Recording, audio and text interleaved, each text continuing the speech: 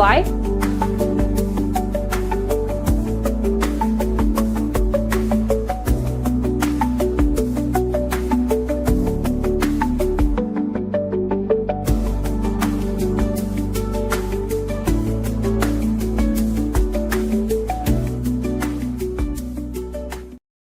Hello, everybody. Hi. Are we here? Wednesday. We're here. Is it only Wednesday? Shh. I'm sorry I said it. But oh, yes. This week is going at a snail's pace for me. What about you? I don't know. Same. All right. Well, we're excited. Thank you, everybody. We're excited to be here. It's Wednesday. Yes. And I'm Melody, and I am in the I'm in my home studio today, downstairs, and I'm really far behind on this project that we're working on today. I just love how you're trying to figure out where you are. I am. You're so used to saying you're in the CutterPillar studio, but you've set up your own home studio, and it looks lovely. And I know you're going to be adding a lot more Christmas decorations here soon, or I fully expect you to have. I am. Where is it? In this corner right here where the light switch is? That needs a tree. Yeah, that needs a tree. Yeah, I'm still getting used to it. I snuck out of town for about 48 hours over the weekend to go visit a friend of mine in Iowa. And whilst I was gone, my super cute 89-year-old father mounted a TV monitor on the wall over here. So if I keep looking that way, it's because that's where I see it now. It's okay. And so I look off to the side sometimes too. It's fine. I'm still getting used to it all. I tried to be as Christmassy as I could. I couldn't find my Santa hat today. So I tried to get, I tried to get snowy and Christmassy to help get in the mood for the project. I do have a question since you're the expert, Bethany. Ooh, that's a big word. Okay. So for those of you that are in our CutterPillar Creations Facebook hub on Facebook, we appreciate you. And I posted my first block like you asked us to last week. And did I do that? Oh. I don't know. My camera does that automatically. And I don't know how to fix like it though. I can see you better. Great. So I was trying to work on my own because I was at the airport watching your live on Friday. We were sitting there waiting to board the flight so I was at the airport watching your live then. And I asked a question about if you always sew around before you put your binding on, if you always sew your whole thing or not. Yeah. But this is my question. You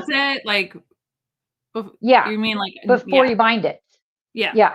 I didn't know that. But this is my question as I was putting these together because I did unpick it and fix it. Well, my sister unpicked it and I fixed it. Yeah. But because of that now, my blocks are supposed to be 14.5 inches and they're 13.5 inches. Is that bad? As long as they're all the same. If they're all the same, it's fine. You know what it is? You don't have a 1/4 inch piecing foot on your machine. We talked about this at the last Sewalong, remember? No, I do because you told me which one to get. So I do have that on there. I thought I did. Yeah. Yeah, you did. I do. Here's the thing. As long as they're all the same size, and if they're a little off, just trim it down so that they're all the same size. That is the most I had to trim it. I had to in order to get them all the same size because of that one I messed up. They're 13.5 now instead of 14.5.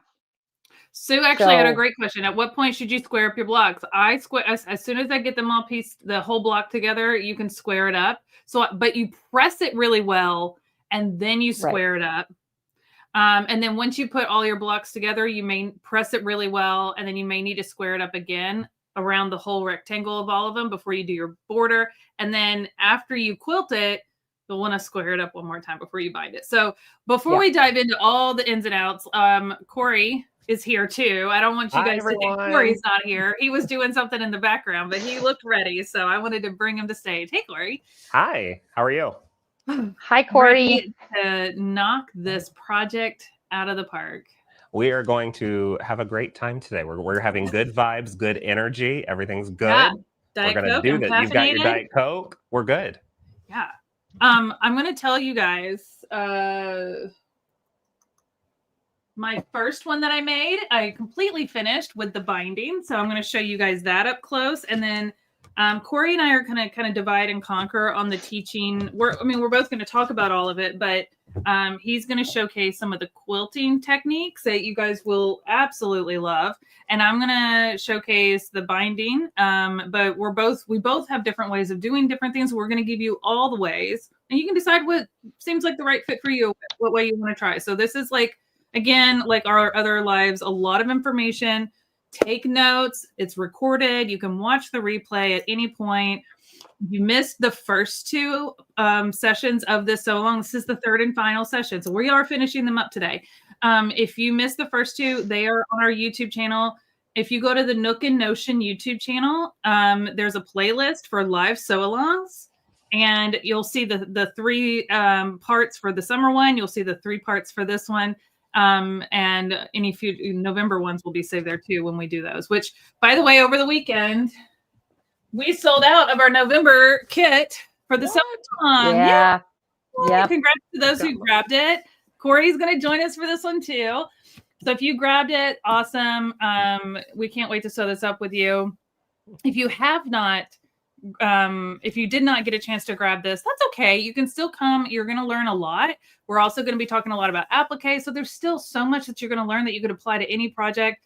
As Melody was saying to our audience the other day when we were live, like if you find this kit somewhere else, you could still jump on our Sewalong and sew it up with us. It's totally fine. But we are sold out and we're not able to get more. So these are brand new from around the lake, just like our table runners. We got what we could. We are so excited that you love them and love doing these with us.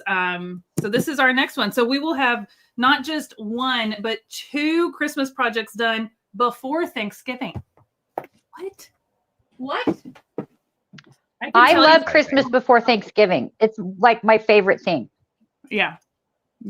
So, Melody, we're still wrapping up our Fall Fest sale. So let's just talk about that real quick. And I'll let you kind of highlight that. Yes. So our Fall Fest, guys, ends Friday. And we've got don't make me that big. Whew, something happened. Sorry. This little camera, like we were doing the thing last week and the camera follows me and it has these weird signals that I did apparently. And I need to direct it. I don't know. I don't have a remote for it. It's just an automatic thing. So I have to go back into the settings and whatever, and then I'll lose you. So I apologize. I'm giant.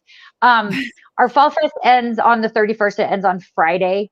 So the special deals that we've got, the packages that we put together, the applique, the embroidery, the travel, the all-in, the sewing, and the paper crafting one, all of those end on Friday, midnight Mountain Time, because then the next day is November, guys. Like Saturday's November. So go check out the Fall Fest. Make sure you see all that stuff. The fat quarter bundle bags.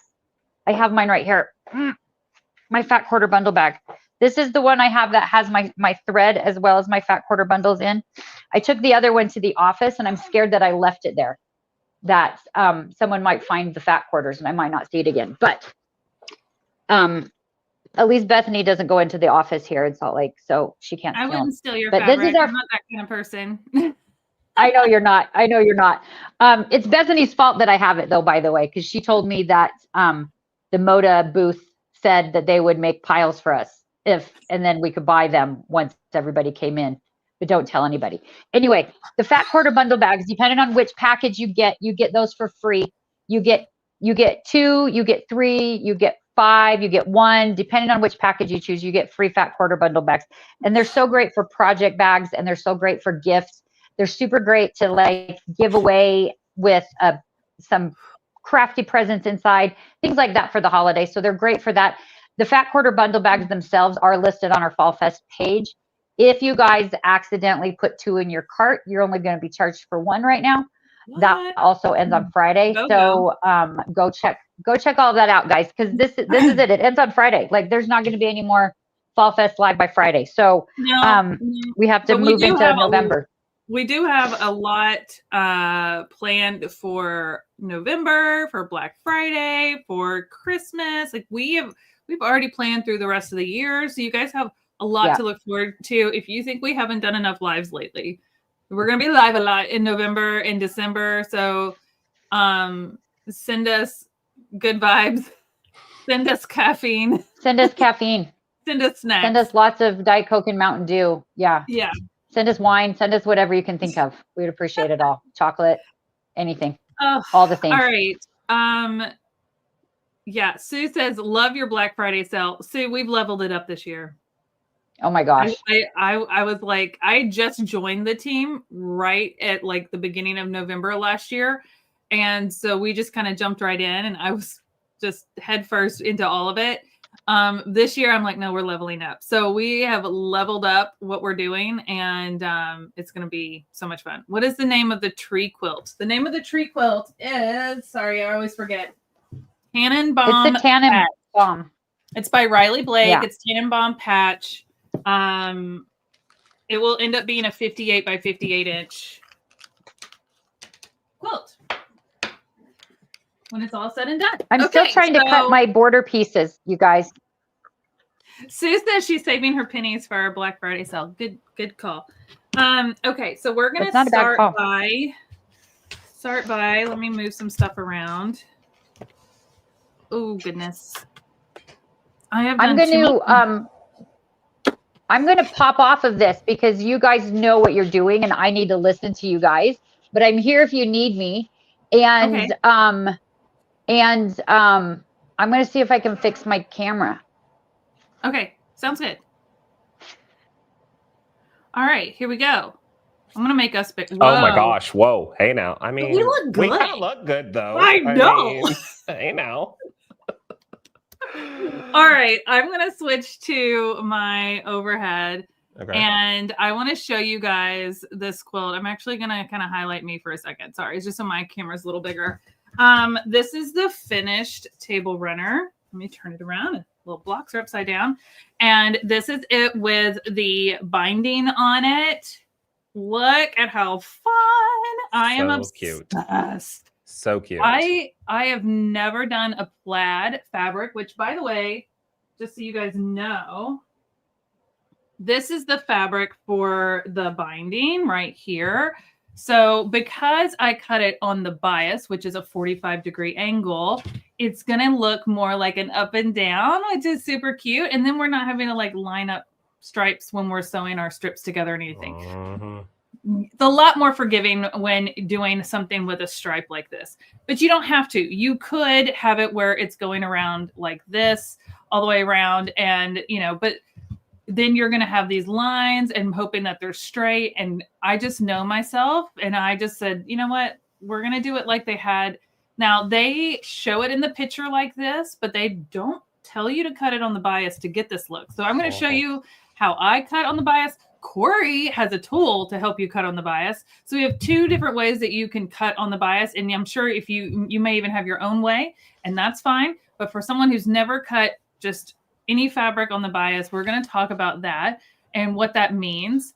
And then after we go through how to prep our binding, I'm going to kind of step off and let Corey show you some quilting techniques so that I can get all my strips sewn together and prep. So when you're done with the quilting techniques with Corey, I'll come back and we'll walk through how to attach it. Okay. So that's the plan. Sorry, my camera, I'm going to move it back just a hair because it's bumping up against my table. So that's the plan. We're going to kind of bounce back and forth to wrap all of this up, but you're going to learn a lot today. So be sure you're ready to take some notes. Make sure your fabric is pressed if you're going to be sewing along with us. I just pressed this, so I don't want to fold it up tight.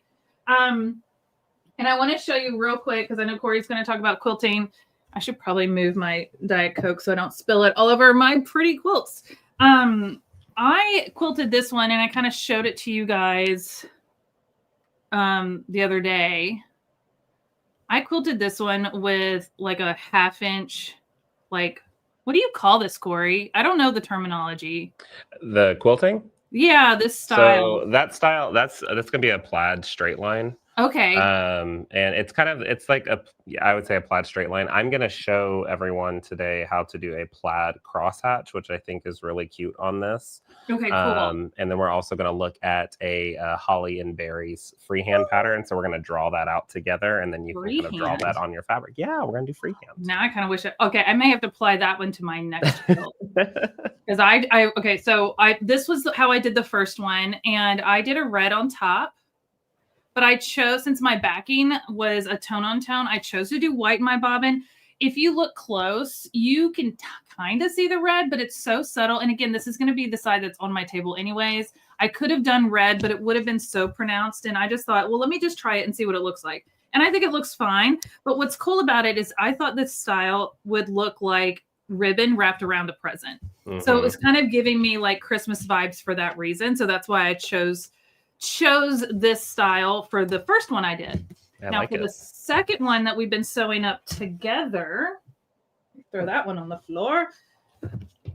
So for the second one, I did go ahead and quilt it because I'm going to show the binding today. So I wanted to go ahead and quilt it, but we're going to talk about how to make a quilt sandwich and everything before we get too far. But so it's quilted and trimmed up, but I did it a little differently.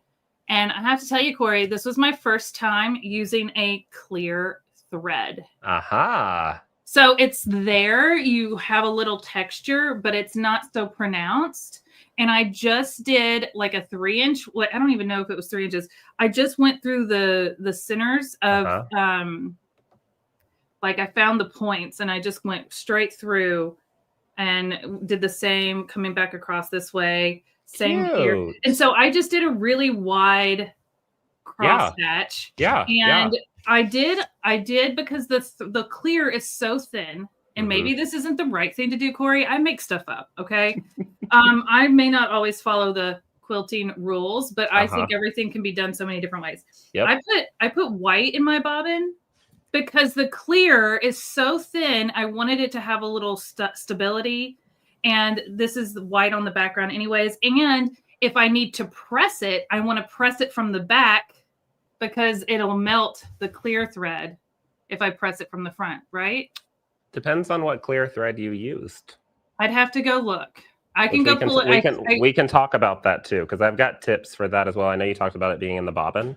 There are some tips on that as well. I wouldn't be worried about the stability of it, so you're good there. Okay. If you ever use it in the bobbin, but there are some tips. Yeah, it's really, really thin stuff, but there are some tips to help you, and I can talk about all of that as well for everyone. So I just wanted to try this, y'all. This was my first time using the clear, and it's not my first time doing this quilt pattern style, but I just was like, oh, it's nice to see because I want to do this same clear on my little Halloween quilt that I'm finishing up. So, because I'm living in two worlds right now between Christmas and Halloween, but I wanted to test it out on something smaller and show it to you so you could see the difference between something that has a clear thread with like subtle quilting, where the quilting isn't really the focus, it's the design, right? Or you have one that's got a heavy focus on with a bold color choice with the red, right? So it really stands out and there's a lot more stitching. So it's just,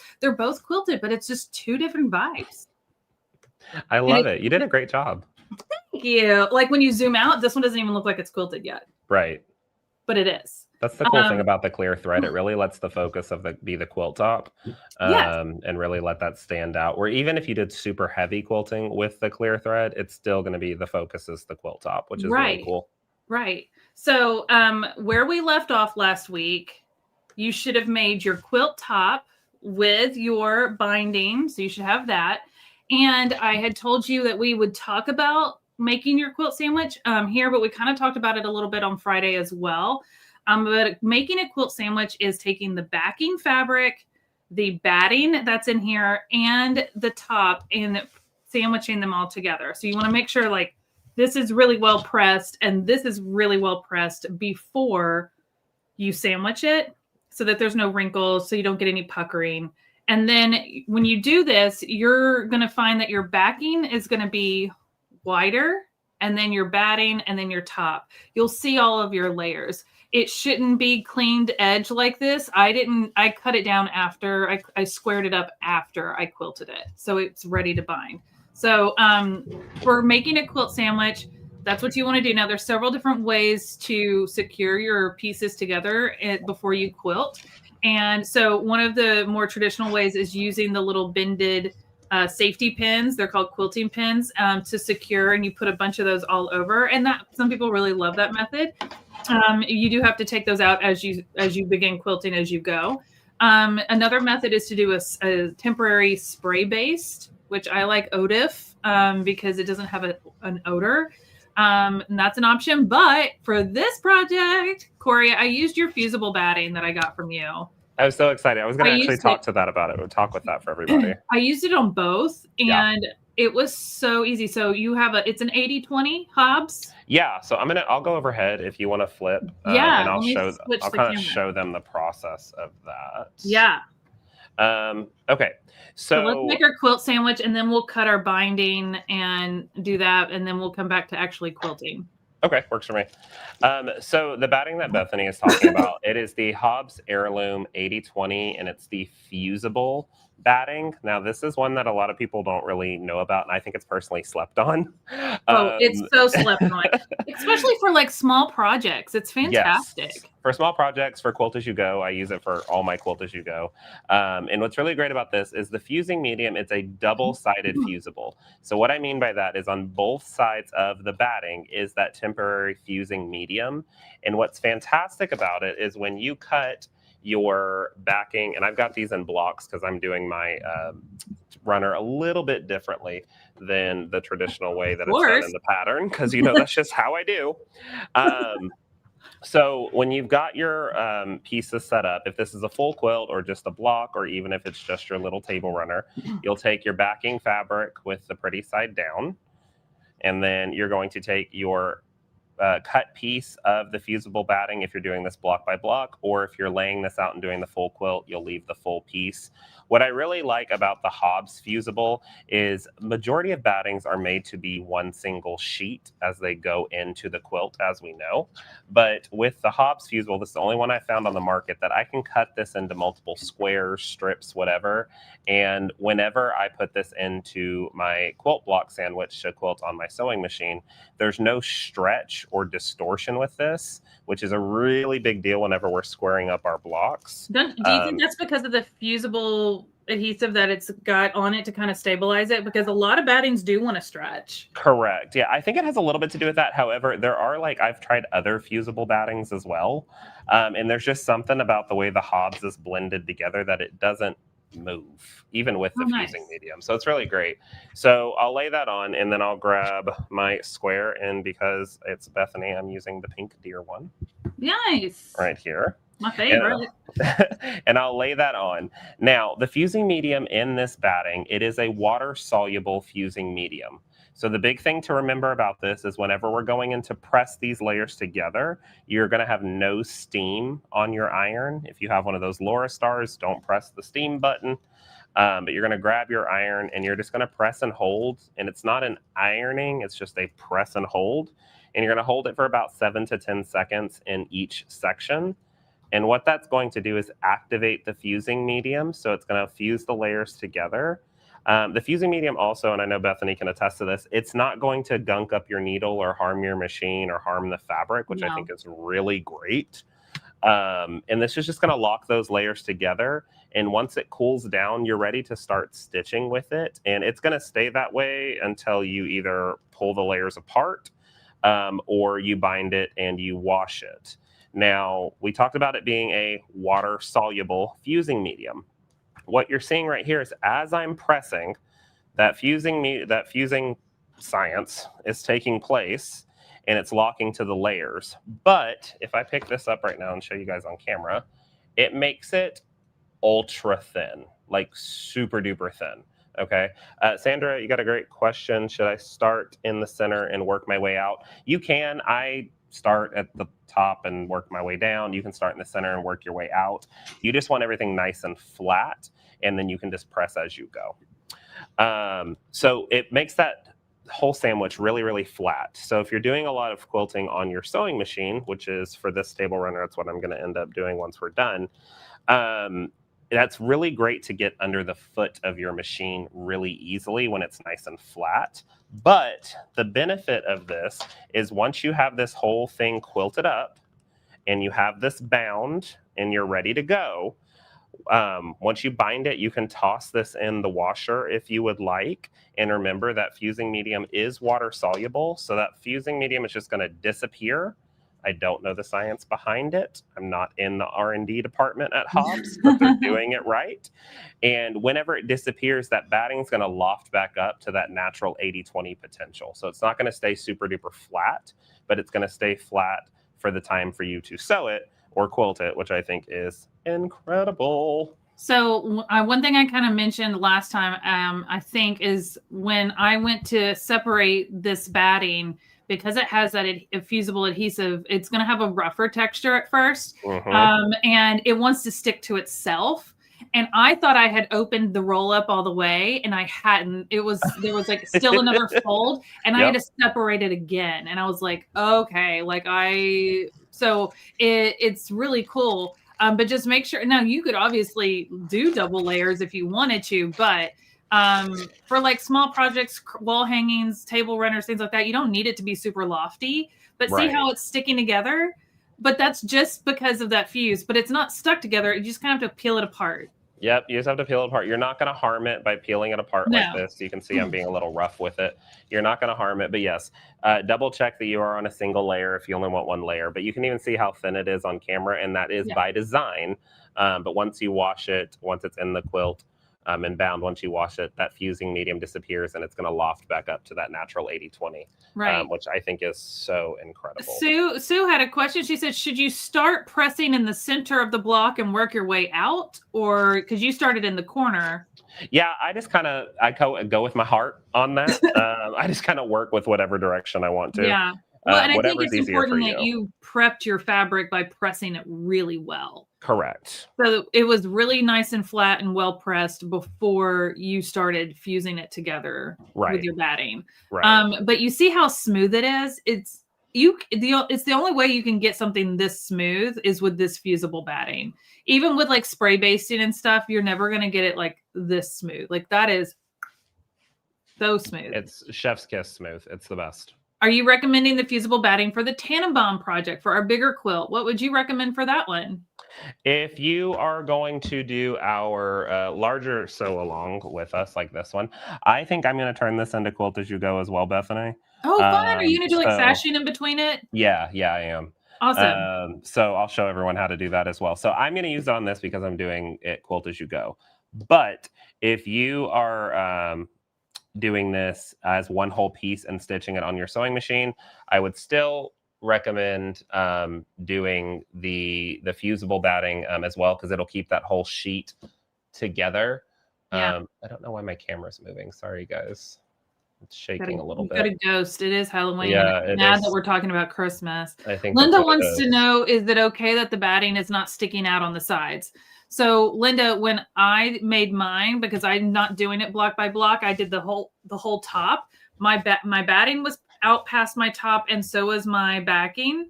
So I layered it that way because I was not doing the quilt as you go method like Corey is. His is a little different. Yeah, mine's a little different. So yeah, I'm going to use this for all of my quilting on my sewing machine needs the fusible batting, because you could prep your whole quilt with the fusible batting. I have no idea why my camera's shaking and now it's bugging me. I might have to grab a ladder and fix it. You can do that on all of your needs without an issue. But if you're just running this through like your long arm or sending it off to somebody, the fusible batting it's just an extra step that's not going to be necessary. Only when you are doing it on your sewing machine, I would recommend. So I went and got the thread off my machine real quick, in my sewing room. It's Sulky Invisible Fine 0.004 clear. It is so fine. Like you probably can't even in front of my red shirt, I'm holding it up. You can't even see it. Let me see if I can. It is. Sorry, I walked away real quick, Bethany, to grab a different thread. So fine. No, you're fine. It is very fine. And I don't know when or where I got this. I just had it on my pegboard and I grabbed it. And it did a great job, but it is really fine and it wants to snap really easily. So I think it feels like a really thin fishing wire, like fishing line. Yeah, so a lot of the ones that you'll see these days, if you picked it up a while ago, it might be a nylon thread, which kind of gives you that fishing line vibe. Not a bad thread to use, but if it does have that nylon tendency, then it's possible, depending on how it's made, that it can melt with that iron. I flipped it over and read the other side. So it says extra light, soft, strong, heat tolerant, maybe like a low heat. Yeah, it's definitely low heat. Monofilament. Okay, it's a monofilament. Okay, which isn't bad at all. They're still good. I personally, if I want to use clear thread, I use monopoly. So it's a clear polyester thread that is clear. Okay, the camera's still shaking. I'm gonna fix it, Bethany, I promise. It's okay, it's fine. So it is a clear thread that is a polyester as well. So this is great with heat as well. So it's not like gonna melt with your iron. It's not gonna melt in the dryer or anything like that. Okay, good. So Louise wants to know, so quilt as you go, you do the batting and the quilt per block? yes.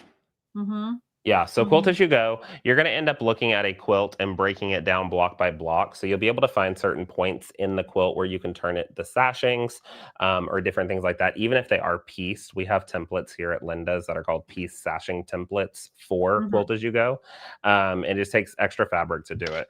But like I've turned this one into a block by block piece, and I'm going to quilt one block at a time and then put them together with the sashing portion. If we have time today, I'll show people how to do that if you want. That would be awesome. I am going to jump right into showing how to do binding. So we're going to go ahead and cut and prep the binding. And then Corey's going to show you how to quilt it. We'll talk about different ways to quilt it. So that way, while he's showing you that, I can piece together my binding strips because I need to show you how to cut them first. And then when we're done with the quilting, I'll come back and we'll walk through binding. And then you'll be done and ready to finish up your own project. So I'm going to switch to my overhead. And Corey has a different method for doing cutting your words are hard today. Cutting your bias strip, cutting your binding strips on the bias. So making your own bias strips. And he has a tool, but I'm going to show you the only way I've ever done it because there's so many different ways. And I'm going to show you the way that I've done it because I learned, like a lot of us here, from YouTube University. Eric's going to drop a link in the chat if you want to save this for later and you want to try this method. This is how I've done it. And it's Crafty Patty on YouTube. She shows how to fold the fabric a certain way. This video is 6 years old. I have saved it. And every time I need to cut on the bias, this has been my method. Because I can cut yardage. I can cut small pieces like this. And her folding method really is like a quick way to do it. I'm sure Corey's got a faster way, but this is how I've always done it. So he's going to drop that. Crafty Patty doesn't know me. I just really have I've probably watched her video hundreds of times. So when you have your fabric laid out, and I'm going to do my best to showcase this as best I can. Let me make sure I'm zoomed out. I am. Okay. So when you have your fabric right side down, wrong side up, you're going to start on the left-hand side. I know you can't see all the extra fabric that's over here, but it's there. Okay. Start on the left-hand side, and we're going to fold up to the top at an angle. So the reason it's cut on the bias is we're getting that 45-degree angle, okay? So I have my 45-degree angle here. Because I have this angle, if you test it, you've got a little stretch here. Compared to going with the grain, there's no stretch. Okay, so I've got my 45-degree angle, but this is still kind of big for me to cut. I want to cut all my strips at once. So I'm going to bring the top down to this bottom corner. All about the fold. So you're going to have a single fold here, and now you're going to have 2 folds here. And you will be able to watch this replay, or you can just go watch Crafty Patty do it probably better than me. All right, so now I've got this fun little triangle, but I still have all of this other fabric that I want to like get into my to cut. So what I do from here, I've got my little point here. I'm going to grab my point and bring it to the top. So I'm squaring it up and I've got all this tail down here. And now I'm going to fold it towards me. I'm just going to fold it so that this point right here is now, it's not folded over. It's just a point. I'm going to show you, there's my little point right here. So that point that was here, I just folded everything over to that point. And so now I've got more of this rectangular shape and it all fits on my mat. And now I can trim off these folds right here, just do a little trim right here, and then I can cut all of my strips. And I'm going to look at our instructions because it's been a hot minute since I cut the last strip. So I just want to make sure I'm cutting them the right width. I'm pretty sure it's 2.5. 2.5? 2.5? 2.5 inch wide. Okay. Now it says 4 strips of 2.5 inch wide, but because we're cutting on the bias, you're going to need more. And I'm just going to square this up with my lovely flip and fold cutting mat. And I'm going to cut off this little edge right here, this little piece, this folded edge. And discard this. And then I'm going to do 2.5 inch wide strips. I'm going to show you what that looks like once they're cut. So now I've got 2.5 inch wide strips and they're long because I folded it. You're going to get some short ones too, and that's okay. Some shorter ones because of how it's folded. But now I've got all my strips and they are on the bias. See, they've got some stretch. So we don't really want to stretch them, okay? If you did not pre-starch this fabric, you might want to. And this is why I don't cut my bias binding until I'm ready to sew my bias binding, so it doesn't stretch out. So that is, and I'm just going to continue to cut across as many strips as I can. Then I'm going to take my longest ones and make those into my binding. So we're going to sew those together. So I'm just going to cut these. Now, Corey, you have a different method for making bias binding. And I've seen other methods too where people line it up. Like right here, we have a 45-degree angle on our flip and fold mat. There's people that will do that. But I just always look for ways that I can make it as efficient as possible and get as many strips. So folding it over has been like a method that I've always used. But again, it's totally up to you. So Corey, while I finish cutting these, can you show us how you prepare your binding strips? And then when you're done, we'll come back and show them how we're going to piece these together. Totally. I zoomed in. Yeah, it's fine. Y'all get the idea. I zoomed in. I need a remote like Bethany. Yeah, okay. You do. I need a remote. Okay, so what I have started off with here is I fold as well, but I take the folding a different approach. So I went ahead and I trimmed one nice straight edge here. I followed along with the print that's already on the fabric because that helped me. And I want to get another straight edge here. So this is the left side of my fabric. This is the selvage, and the other end down there is the selvage. So I've trimmed a nice straight edge here. I'm going to trim here along the selvage as well because if you guys didn't know, not all selvage is straight. So we can trim that real quick. So I am following along one of these printed lines. I'm going to do this green one right here. And I'm just going to get this nice and straight. And I'm following the print because I want these to stay nice and diagonal whenever we do our fun binding. So I'm going to get that in line, grab my rotary cutter, and just begin the trimming process. And I'm going to trim all the way down that line, being sure just to check wherever those are and trim again. Okay, so lay that back the way it was. And now I've got two really nice straight lines to make a perfect 90-degree angle right here. So I'm going to grab, we carry a ruler here at Linda's, and it's by Pauline Rogers of Pauline's Quilters World, and it's called the Bias Sasha ruler. Move the fabric out so you can read it. The Bias Sasha ruler, and it's made traditionally for creating sashing strips for Quilt As You Go, but I think it's fantastic for creating bias strips because majority of rulers and cutting mats, like Bethany showed, have one 45-degree line where this has multiple 45-degree lines all the way throughout it. So if I take my fabric, and right now is open, we still have that fold.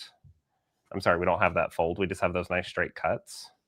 And I'm going to take that ruler and I'm going to line up those 45-degree lines, one here and then one down here on the bottom. So I know I've got a perfect 90-degree angle and a perfect 45-degree cut all the way through. I'm going to hold that in place. I use, when I'm cutting bias strips, I use a smaller rotary cutter. So I like the 28 millimeter. The smaller the blade, the smaller the rotation, meaning the smaller the distortion in the fabric. So having a smaller rotary cutter for something like this is kind of helpful, but you can still use a 45 or a 60, whatever you're comfortable with. So I'm going to cut that off. And I can still use this little square for something else. It's not considered waste, but I've got that here. And that is now my true 45-degree bias edge on my fabric. So on this ruler, there are different cut lines. So you've got 1/4, 1/2 inch, 1 inch, 1.5 inches, 2, 2 1/4, 2 1/2, all the way through. And Bethany, we're doing 2 1/2 on this. Is that right? Correct. Okay, 2 1/2. So I'm going to line this up on the 2 1/2 inch line. That's right here. So if I lay this back and get this in alignment, get it where y'all can see it right there. Line up that 2 1/2 inch line with the 45-degree line that I cut here. And then I'm also going to use one of my vertical lines on the ruler to make sure that's lined up. So I know this is perfectly straight and it's on the bias. It's hanging off a little bit here on the edge. We're going to talk about that in a second, but I can just quickly cut backwards on that without a problem and then cut towards. And that's going to be one of my strips right there for my bias. Now, as we get longer in the process, what we're going to do here is that cut edge that we already made earlier. This was the cut edge I had before. I'm going to take this bottom piece and fold this straight edge to the straight edge up here. So I'm going to fold it just like this. Get that in alignment, straight edge to straight edge. That's your 45-degree angle that we cut originally, and then these are your two straights. So now at this point, I can turn this to me if I want to make it easier. And I'm still going to cut, cut, cut, cut, cut. If this gets longer, I can fold it again without a problem. So let's do one more fold. So still right along that edge. So that point right here. That way we've got that. Okay. Grab my bias ruler. We're doing 2 1/2 inches. I'm going to use that 45-degree angle line right here. Line up my 2 1/2 inch right there. And then take my rotary cutter and slice. And so then I can have all my little bias strips together. Sweet. So I'll take that all the way through. But I love the ruler because it has all the different lines on it, all the lineups that we need, and we can just cut this for days. But I like your folding technique too. That was cool. It's kind of the same. Yeah. It's all about setting yourself up for success to make sure that you are cutting on the bias, meaning you're cutting at a cross angle to the grain. So typically when you make binding that's cut on the bias, it's because you're maybe going around a curve. So if you're doing a scalloped edge binding, or if you're putting binding around like the bottom of a quilt coat and you've got a curved hem, or you're putting binding on something that's got some stretch. That's when you're doing that kind of, you need some stretch in your binding so that it can go around curves and things. Right. While we don't need it to go around curves, we wanted to get the plaid look at this like diagonal shape. And so in order to do that with this print, it is being cut on the binding or on the bias. So you get to kind of learn like, hey, just because we're putting this on something that's rectangular doesn't mean that we have to use regular binding. We can cut on the bias. You just want to make sure that you're prepping it like right before you use it, so it doesn't continue to get like stretched out and warped, because now it is cut on that bias and it's going to want to stretch. Okay. Right. So question, when folding the fabric to cut in an angle, can you press with the iron for it to be more flat and precise? I mean, you could, but You can, yeah. you're going to put some creases in your folds and you're just going to press those out again later. So it's totally fine to do it either way.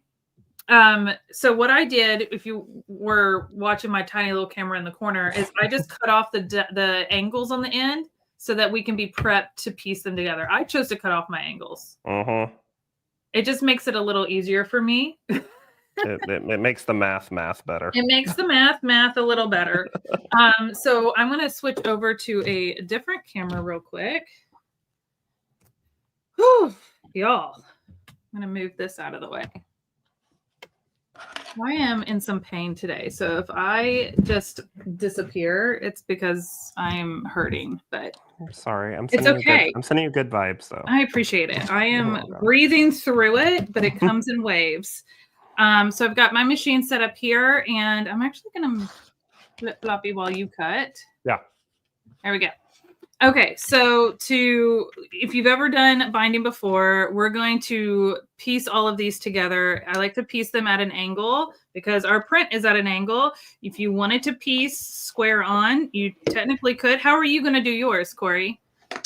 I'm going to piece mine at an angle. Yeah. Yeah. You could piece square on if you want, meaning like you're going to lay them right sides together, right on top of each other, and do a 1/4 inch and then flip that open. You absolutely could do that. But a lot of us like to do on an angle, and it kind of hides that seam a little bit better in the binding, in my opinion. So when we are doing this, and this is why I like to square it up, okay? I'm going to actually whoop, wrong way, sorry. That was not the zoom in button.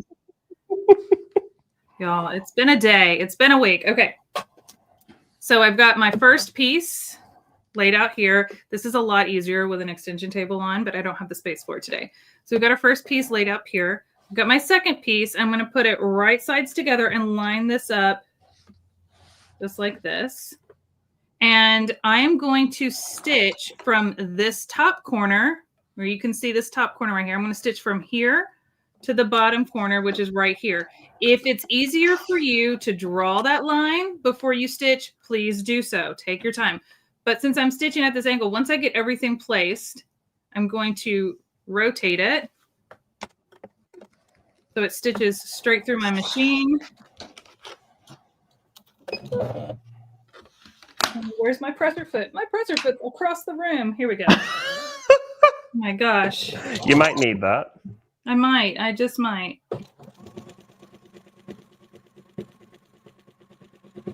All right, so I did the first one. So this one that's upside down, the wrong side up, I'm going to take it and flip it over. Make sure it's not twisted. I'm just doing one flip over so it's right side up. I'm going to get my next piece from my stash here, put it right sides together in the corner, and we're just going to chain piece all of this together, corner to corner. I like to just put my finger on the corner.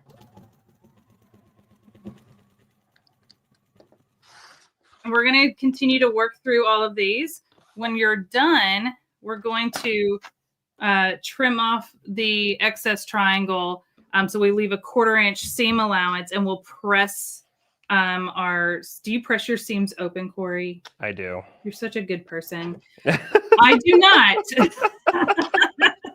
I was waiting for you to say that you press it to the side. I always do. Anything that's faster. At the end of the day, no one's looking under the hood, so it doesn't matter to me.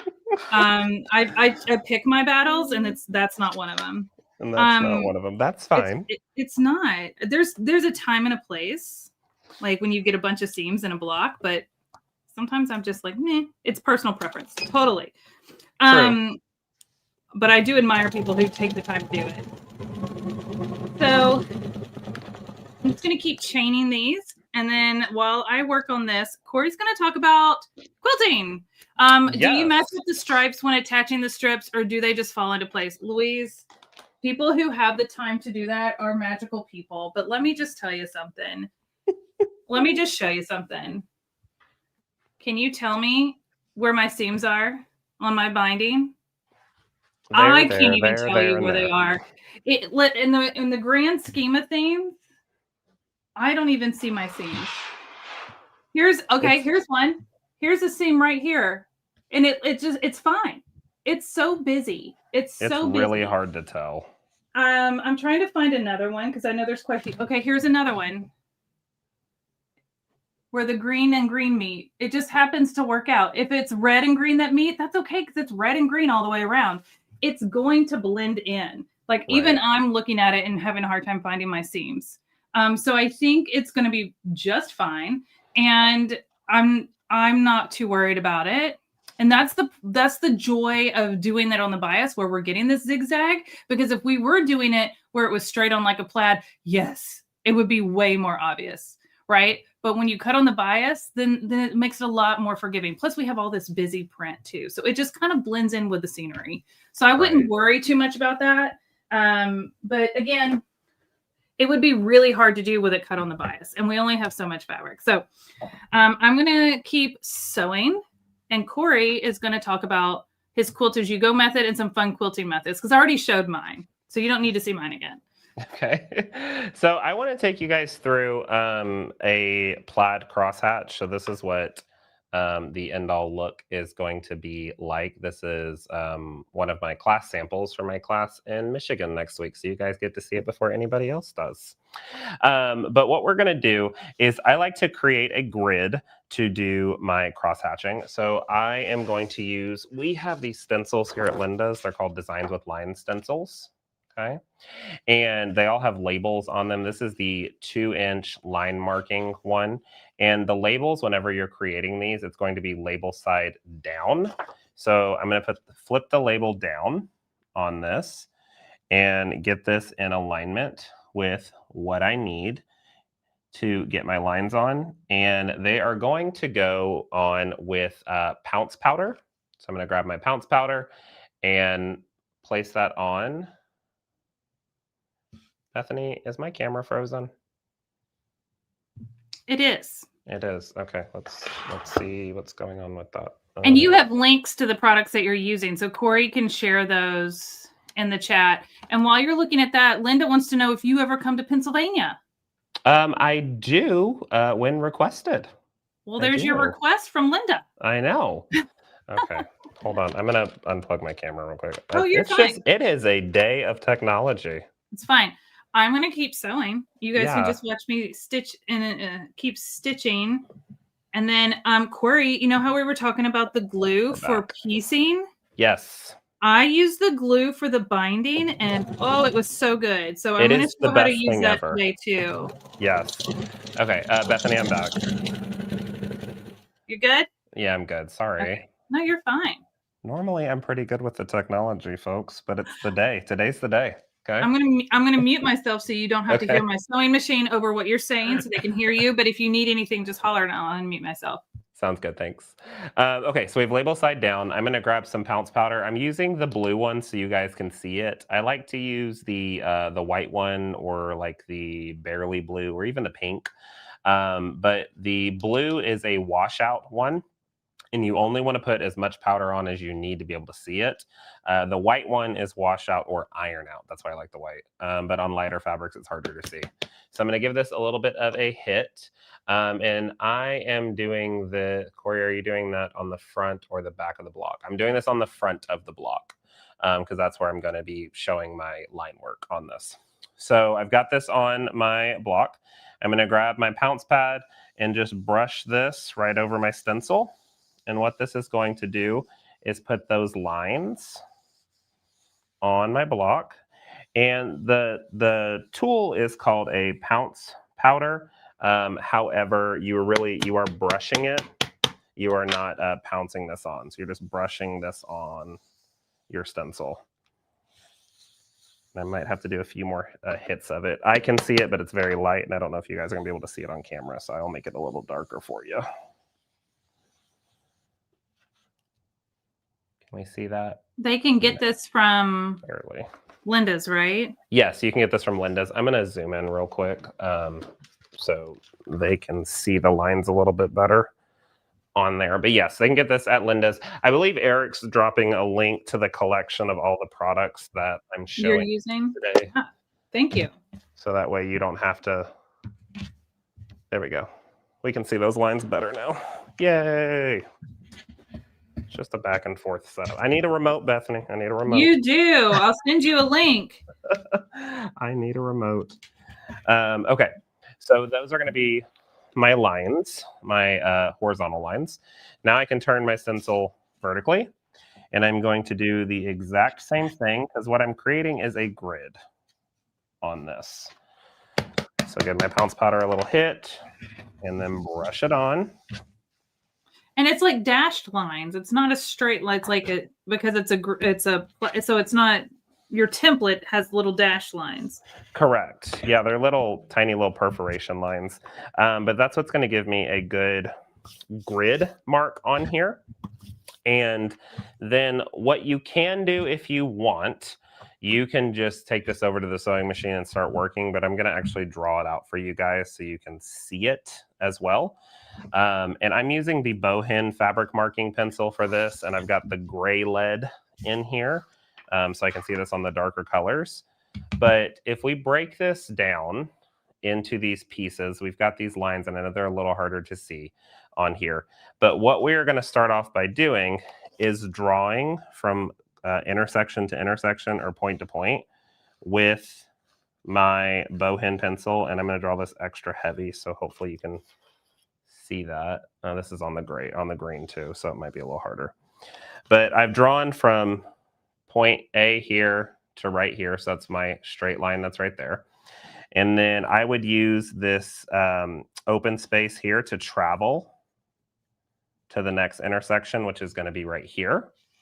And then I would stitch back down this way through all these points. So I would draw this out all the way through. So draw, draw, draw. Oh yeah, we can see that much better. Okay. So we're going to create this back and forth type of technique, but you're going through every intersection of this grid, and that's what's going to give you that crosshatch look all the way across the block. But the big idea behind this is to stay continuous as possible. So like we started here and we've stitched up to here, and then we're going to stitch over and then stitch back down to here, and then down, and then stitch up to here. Stitch over and then stitch back down. You're going to be doing this all the way through. It's going to end up looking, when it's done on the first pass, it's going to end up looking something like this. Okay. So you can see that starting line. You've stitched up at a 45, you've stitched over, and you stitch down, down, over, over, over. You're going to do that all the way across your section. So I'm going to do that real quick. I don't know how fast I'll be able to do it. We might have to cut an edge here real quick for time, depending on how long Bethany wants to keep me on. But we can go through this. I should be able to mark this pretty quick. Traveling through all those intersections, and I like that powder because again, it washes out. With this batting being that fusible batting, we're going to end up washing the quilt anyway. So then all the powder is going to disappear. The Bohin marking pencil that I'm using, it is a washable pencil, so that's then going to disappear. The glue that Bethany is going to show you guys for the binding that I swear by for piecing as well, that's going to disappear. So a lot of the stuff that we're using is all water soluble or washes away.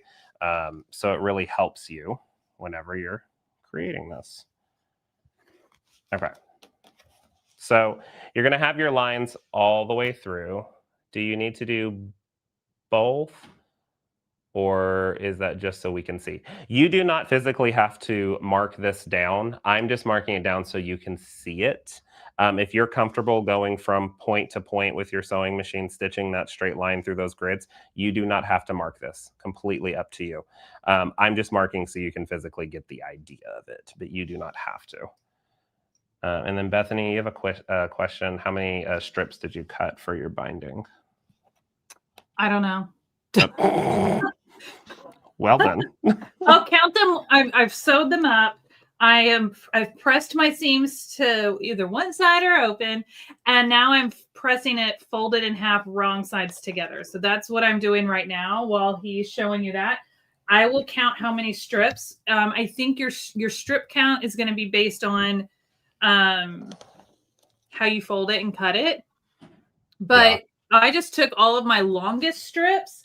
I still had some that were shorter, some shorter strips, but I just took all of my longest strips and pieced them together. I did that last time and it was plenty, but I have my shorter strips should I need to add any.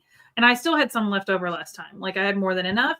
But I would just do as many strips of your that you can, sew them together, and then you'll just have a little extra at the end. And that's fine. That's fine.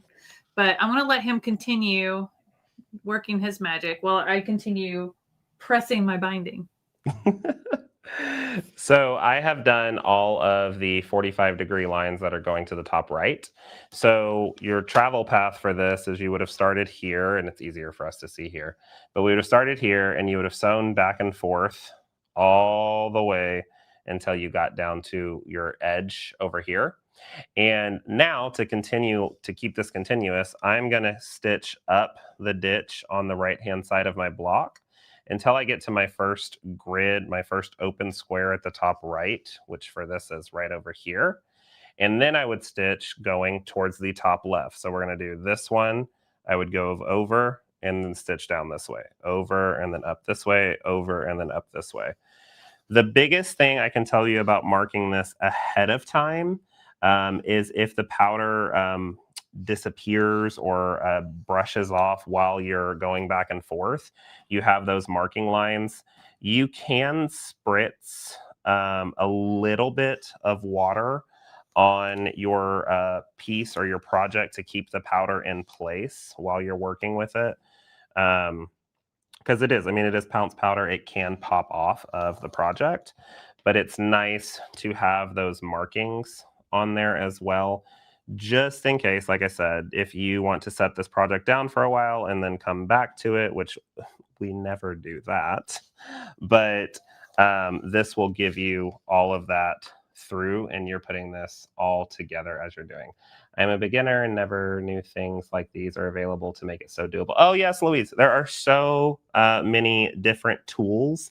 And I'm happy that Bethany invited me on to show you guys some of the different ones to make it doable. You do not have to have all these tools to do this, guys. But I love tools. I love things to make it easier. Bethany and I both love things to make things easier for us. And having pounce powder and stencils and marking pencils and just marking your lines on, setting it away to the side if you want to come back to it later. I find myself doing a lot of marking ahead of time. And then like if I go out to retreat, I'll have everything ready. So then I can do all my sewing at retreat or my quilting at retreat. Because I tend to do a lot of quilting now on my sewing machine that I am the brand ambassador for Quiss here in America. So it is fun just to mark all this stuff ahead of time. Okay, I'm almost done marking this for you guys across, but hopefully you can start seeing the crosshatch pattern come up. Could you spray best press to hold the powder in place? I would recommend using water, not best press, when you are spraying over the fabric, and it has to be a light mist because remember, a lot of the stuff you're using is water soluble. The best press can sometimes lock the powder into your project. I did best press over black fabric once with the powder, and it locked the white powder into the fabric when I ironed it out. There was this kind of like a little hue of it, so I would recommend water. But really great tip. Again, light spritz, using like that Mr. bottle that we looked at when we talked about starching in the first episode. A very, very light mist will hold everything in place really well. All right, I think I've got one more line. Okay, here we go. Woohoo! All right.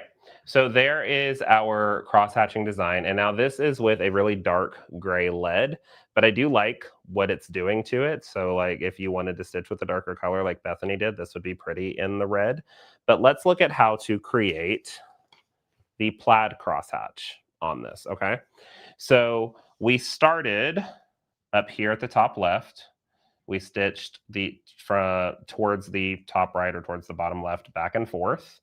Got all the way down here to the end, traveled up, and then stitched to the top left and to the bottom right on that 45-degree angle back and forth all the way around.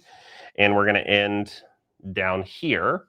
So what I would do is travel back up, because all of this, it can be stitched in the ditch, or this is going to be underneath the sashing if you decide to do this quilt as you go.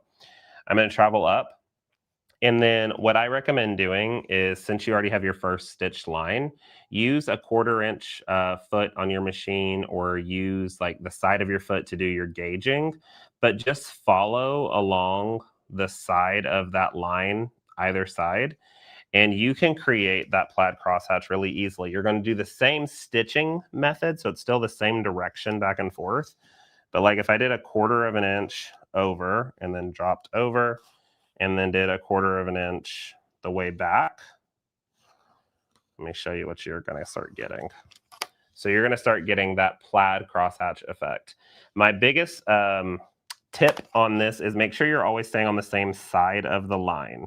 What I mean by that is, as I'm drawing this, you can see I've always done it on the right side of the first line that we either stitched or drew. It's going to be that way all the way down to keep consistency. If you go on both sides of the line, it's going to have one plaid smaller and one plaid larger. If you want that look, go for it. I'm not telling you what to do on that, but to keep it consistent and all the way through, whatever you're doing, make sure you keep that all the way through this piece. And while Bethany shows you guys binding, I will take this over to my machine and I will stitch it really quick so you can see what that's going to look like. Bethany, should I do the clear thread? Should probably do the clear thread. That'd be kind of cool. Whatever you want to do. Whatever you got handy. You know I've got plenty of thread handy. What's funny is, as we've been live, I have left this room twice to go get something. That's fine. From my sewing room at the other end of my...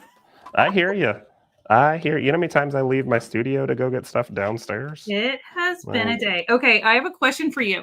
When you're doing your binding, do you start on the back and flip to the front? No, I start on the front and flip to the back. Can I ask why? So I can do a stitch in the ditch on the front, so it hides it. So hold on. I'll show you right now. So you're saying you stitch on the front, you flip it to the back, but you stitch it from the front again? Correct. But how do you know you're catching it on the back every time? Girl, that's the glue. The glue is life. Get it. You what? I get it. Okay, I get it. You get it? Okay. Because you're folding it and you have your original stitch line, so you can make sure that it's going past that stitch line. Exactly. You got it. Okay. And then I can just stitch in the ditch on the front. I do the opposite because I never felt like I was, but I don't know. I've always just done the opposite. I think that's what's so great about quilting and sewing is like there's so many thousands of ways to do one thing. And the reason I ask is because I'm sitting here doing it back to front, and I know that that's not everybody's norm. Yeah. And so that's what I'm doing. I've got it on the back, and I'm stitching to the front. I'm going to stitch it down and then roll it to the front. The only part that I can really show right now, I'm going to move my camera. Whoop, whoop, whoop, whoop, whoop. And I'm going to move it up. Is how much of a tail do you leave before you start? Start your binding? Is it just kind of eyeball it? Yeah, you'll normally see me, if I've got the space, I'll probably leave, 7 or 8 inches of a tail. I've probably got a good 5 or 6 inches here. Yeah. So what I mean by that is I clipped my binding on. So I've folded my binding in half, and pressed it. Okay. And I am putting that, you can start on the back or the front. The method of binding is the same either way. I'm just, I like to do it on the back first. Because I actually really like seeing the stitching in my binding. Oh, yeah, not me. But some people don't, and that's okay. Yeah. And so I'll show you what my finished one looks like real quick. My finished one right here. Let me actually make my camera bigger real quick. Boop, boop, boop, boop. Click a couple buttons. Like it's just barely there, and it's just a slight stitch. And I thought it looked nice. I think it looks good. But if you are not comfortable with doing a nice, straight, consistent stitch, it's very subtle. If you're not comfortable with that, you can do the method that he's talking about where he sews it to the front, flips it to the back, and then stitches in the ditch. And then where you see my stitch here, you would see it on the back here. Instead, you don't see it on the back, the stitch. So it's personal preference. I've even done quilting where I've done a decorative stitch along my binding because I just love the stitches. Yep. For me, I love to show off every single stitch that I put into this to make it happen. So I don't mind it, but I've gotten pretty good at that. I do like a flange binding where I can hide the stitch, but have like a two-tone flange, which I've taught before. So like there's so many different types of binding and stuff, but I really like the little stitch, but that's up to you. If you don't want to see the stitch and you want to kind of hide it so it looks like it's hand stitched, that's that stitch in the ditch. And you do it here and you start on the front and then you roll to the back. With this one, I started on the back and rolled to the front. So it's like I said, personal preference.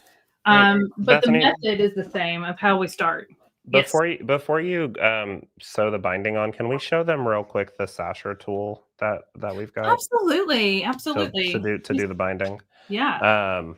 So you guys, I finished adding on my lines. So once I stitch this is that plaid crosshatch on top of this block. And I think it creates that really cute little present look that Bethany was talking about, but this is going to be now on point, where Bethany's were adorable, but they were, straight up and down with, there's nothing wrong with that. But this is on point. So it's kind of working more with how the quilt looks overall. So I really like how this has come together. But when we are creating our binding, and Bethany has these tools, and I bet she probably hasn't used them yet. So this is the second time she may get to see this in action. I have these tools and I didn't know it until just now. So what? Yeah, it's the best. Hold, please. This is okay. So having tools is great, but sometimes having too many tools, you forget that you have certain tools. I hear this, girl. You said you like flange binding. You've got the magic binding tool. This is flange, but right here, it's the best. Oh. You and I, we'll do a class together on it. Okay. Yay. I don't have all the stuff. I mean, I could cut it real quick if everyone wants to see it. Okay, so these are our 2.5-inch strips. And with the 2.5-inch strip, if I fold this in half, that is now going to be 1 1/4 inch strip, which is a great size. And we have these sasher tools here at Linda's. Another thing from Pauline's. All the sasher tools were originally designed for creating the sashing to go for your quilt as you go quilt. But I love to use the sasher tools for my binding as well. And I've got the mini sasher tool collection linked for you guys. And it's both the 1 1/8 and 1 1/4 inch. But the size width of strip that you cut for these tools is double whatever the tool says. So with that being said, this strip is this is a 2.5-inch wide strip. So I'm going to use the 1 1/4 inch sasher tool for it. Okay. So if I take my strip and I fold that in half and I grab my hot iron and press the beginning portion of this, good press right there at the beginning. It's going to give me a nice flat crisp edge. I can take my 1 1/4 inch sasher tool and I'm going to feed it through the bottom of the left side of the tool when I'm looking at the tool. Pull that through and then feed it down through from the top to the bottom. And it's going to sit right over just like this. I'm going to grab myself a pin and pin it into the fabric to keep that in place so it doesn't move. And then I can take my iron and kind of help this along, but take my iron and then just press right along this edge. And it's going to fold and press this down for me, giving me a really nice sharp edge.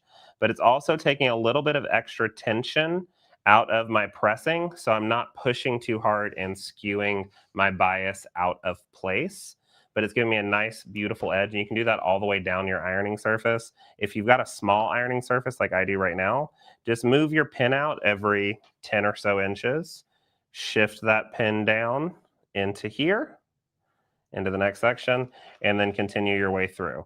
Now you do this after you piece all of your strips together that you need for your quilt. I only had one strip because I haven't pieced mine together yet, but it's going to give you your nice, sharp, crisp edge because it's going through that tool. They're heat resistant, so you can just push right along it, and it's the best way to make binding, in my opinion. So, Bethany, you've got some. You need to be using them. I really should. They're probably in the box when everything arrived. Yes, they are in the box when everything arrived. The only things I pulled out of the box are the fusible binding and the glue. But yeah, I love the sasher tools for binding, also for making sashings for the quilt as you go. But if you get the magic binding tool as well, there's instructions for it, Bethany. But one of the strips, the main, you need to cut 2 strips to make a flange binding with this tool. You do 1 3/4 inches and then 1.5 inches. And then you sew them together and then put them through the magic binding tool, and then you get a flange binding out of it. Okay, that's amazing. I've always done it just manually, my flange. So do we have time? You think that we've got time? Should I show? Yeah, because I want to stitch all the way around until I get to my last corner so I can show them how to get the mitered corner. Okay. Yeah. So keep going. I'm just going to keep stitching. I'll show them at the end, and then we can join our binding and flip it, and then you can show your other quilting stuff. Okay. Let me grab some extra fabric real quick because I've got some. We'll do red and green for Christmas. This obviously isn't the stuff that comes in the kit, guys, but this is what I've got here next to me. So I'm going to press it out real quick. So give me just a second. Let me press, and then we can cut some strips. So you can see how to make a flange as well, or if you've never seen what a flange is, then you get to see what a flange binding is as well. So I'm going to press these out. And if y'all have any questions, feel free to drop them in the comments. Bethany and I love answering questions and helping you out. And we can get those answered. What do you use the glue for on the binding? Wonderful question. When Bethany gets to the point where she's going to actually flip it over, she's going to show you. I'm going to show you. I'm going to surprise Melody and bring her on stage, so she better pay attention. Melody, you're muted. I just wanted to check in with you and see how you were. How are you doing? Yeah, I'm still here. I'm working on. Well, I did a little work, but oh hi. I did a little work, but now I'm trying to put my blocks that are too small together because I had to unpick the one, and so it's only 13.5 instead of 14.5.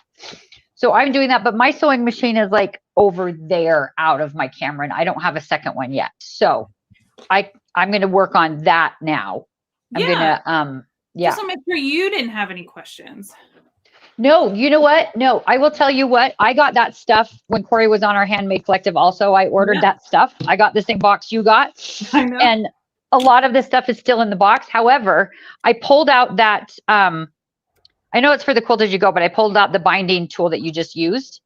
And I tried to figure it out because I know, Corey, you went over it when you were here for the Handmade Collective, and I thought I paid attention and thought I could do it, but I couldn't figure it out again. So I'm so happy you showed it again, because now I can pull it out and actually know what I'm doing with it. Yay.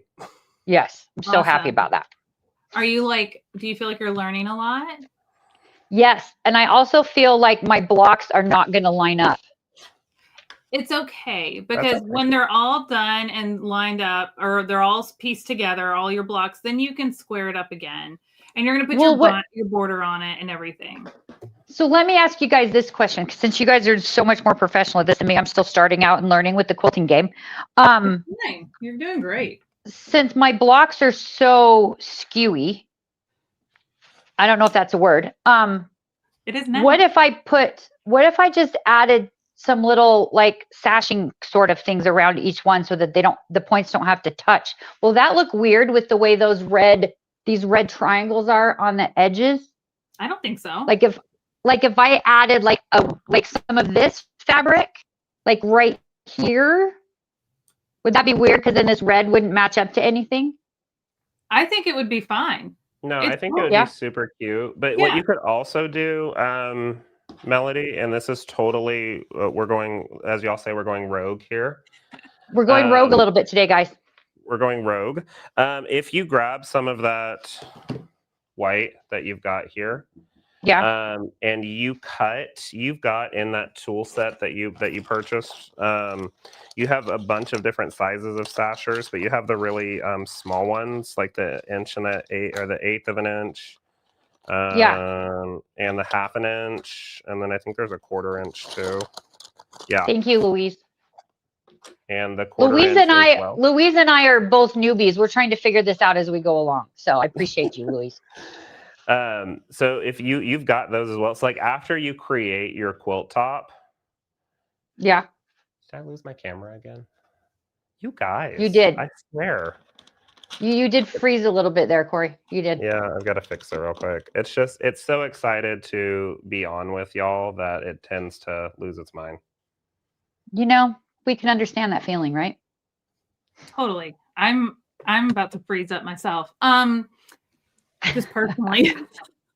What kind of glue do you use on the binding? I'm using the glue basted temporary basting glue that I got from Corey from Linda's. This stuff. Which Eric, if you want to drop another link to his collection of products, you're in the chat. If this isn't in that collection, then you can just find it on their website. Glue basted temporary basting glue. It comes with different points. It comes with a little thing to stick in there. It's all golden. Jana says you could try to steam those blocks into submission with some starch too.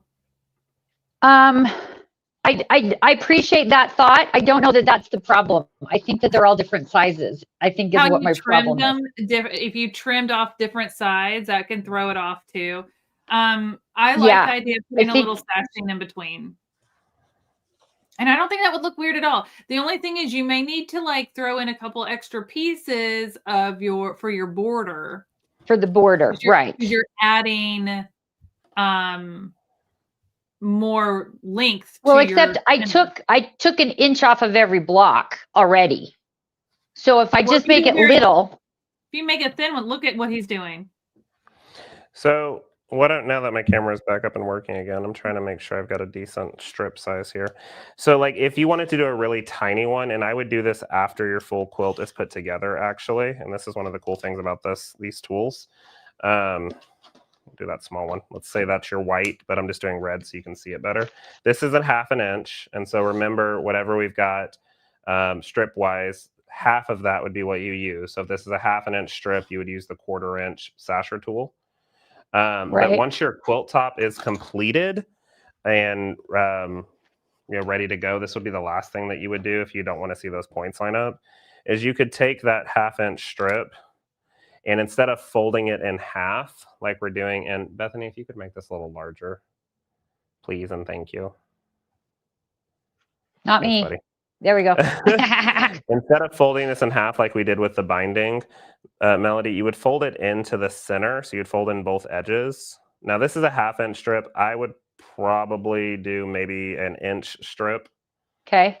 But we're folding this into the center, and then you're going to take this and press with your iron at the beginning portion.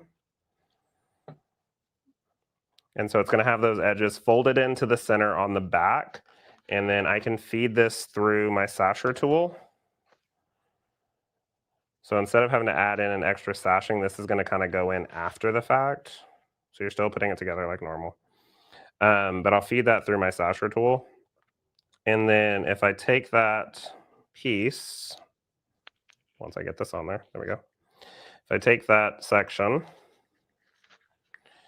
and I pin that into my ironing surface and I iron with it, help that along. What that's going to do is flip it around to the back and fold it. So then you also got the clear thread in that little kit that you got, and you got the glue. Yes, I do. So you could take that now. section I used there. the clear thread to fix the bridesmaid's dress for a friend of mine. So you could take that section now, it's folded on the back, and you could glue that in place over the seam line between your blocks. And then you could just stitch that down on both sides with the clear thread, and it has this little fun accent piece that's going to go around and hide that seam. So I think it's kind of like what Jana just suggested as well, right? Because she just said you could sew them together and then hide the seam with a little rickrack, but what you're doing is making your own kind of, same right? idea. Yeah, same idea. Okay. Yeah. So this is just, you're using that tool to create it, and then you just glue it in place over that seam, and then sew with that clear thread on both sides, right on the inside of it, right on the edge of top stitch. And then that can be used to go right around that section to create a fun one to hide it. Or maybe mine will just be crooked.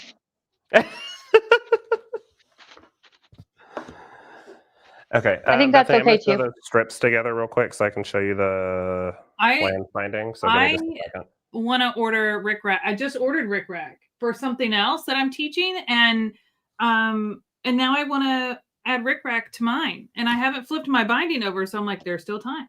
There's still time. So Linda said, so it would be kind of like applique. Yes, Linda, exactly. Yep. Yeah. It would be super cute. Add some texture to it. I'm actually at the corner of my binding. So if you want to show the flange, and then I'll do the around the corner, and then but Melody, we just wanted to check in with you real quick and see how you were holding up. I'm doing good. You guys go back to teaching me stuff. All right. I'm going to take it back off. Hey, Bethany, I'm going to go over to my machine and stitch these real quick. So if you want to show them turning the corner, I'll be right back. Okay, cool. Okay. Switch my camera. I am in so much pain today. I'm sorry. I'm just going to breathe through it real quick. Okay, so I'm at my last corner. So I have stitched my binding down all the way around my quilt. I'm stitching it with 1/4 of an inch. I am not pulling on this because remember we cut on the bias. I don't want to stretch my bias or my binding. But what I'm going to do is I'm going to stitch all the way down until I'm about 1/4 of an inch from this edge. So I'm going to stop here. I'm going to turn my fabric and sew right off the corner. Okay, so that's what I'm going to do next. So if I buy the queen size batting, will it be enough for this project and the November quilt? It should be. The November quilt is a finished size of 58 by 58, and this did not take very much at all. So it should be plenty, but you may want to check the math on that. All right, so I'm going to stop with my needle down, lift my foot, turn my fabric so that the corner is right here, put my foot back down, and sew right off the edge. Cut my thread. All right, so I've sewn right off the corner here. You see that? It's just like 3 stitches. I am going to turn my fabric. And if you were wondering, I have plenty of binding left over. I'll show you better in a second. So now that I've got this stitched off to the corner, I'm going to take my binding and I'm going to fold it so that it's going like straight up. It's kind of hard because it's wanting to hang down. So I'm going to fold it up so it's going along the edge of where I just stitched off the corner, okay? So it's going straight up. Kind of hard to show. It's going straight up. And I know it's going straight up because now it's in alignment with the edge of my quilt here. And then I'm going to fold it down back over itself and line the fold up with the top of the quilt right there. And I always like to, where's a clippy clip? Oh, let me grab one. I always like to put a little clip right there and it's lined up along the edge of my quilt. So I'm going to start right here on this edge, I like to do a little back stitch to secure it. And then I'm going to keep going. I don't have much further to go because I'm at where I started. I'm going all the way around while we've been watching quilting stuff, which is perfect timing. All right, so I think I'm going to go until about here. I'm just going to stick a little pin in it so I don't go too far. That should be good.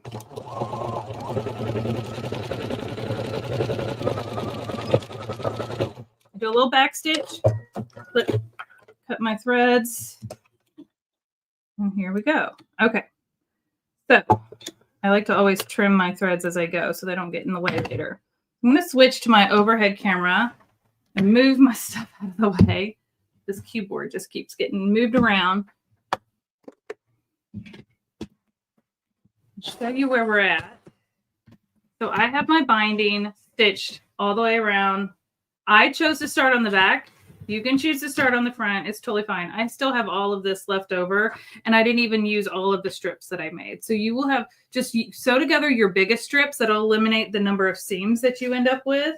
But there's a seam right here, and you can't even tell. It like lined up perfectly. So just stitch your longest strips together, and then if you always need more, you can always add to the tail here before you keep going. So this is where I started, right here. This is where I ended, so I've got a nice size gap.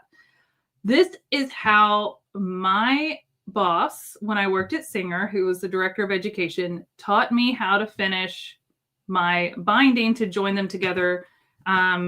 There are so many ways to do this. I'm sure Corey has a different way, which I am hoping he'll kind of talk us through it if he does. But this is how I was taught, so this is how I do it. And it's personal preference, and I need to find a pen. This will do. Okay, so I've got my tails here, and I need them to kind of join right somewhere in this zone. So I'm going to cut this one shorter because it's just too long. I don't need that much tail. Too much can be in the way.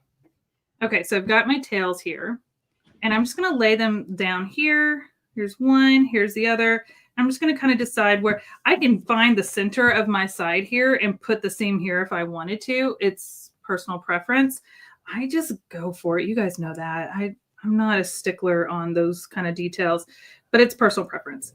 So I'm going to take one of them and kind of flip it over. Or I'm going to actually help you guys out here.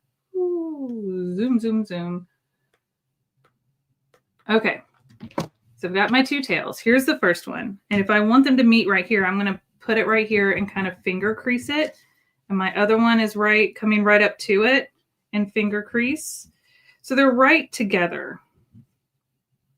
And I'm kind of pinching them together. Sometimes I'll even take a little clippy just to kind of hold them together. But this is how I was taught. There's, like I said, there's so many methods. So they're clipped together. Those where they're folded over is like the butt right up next to each other.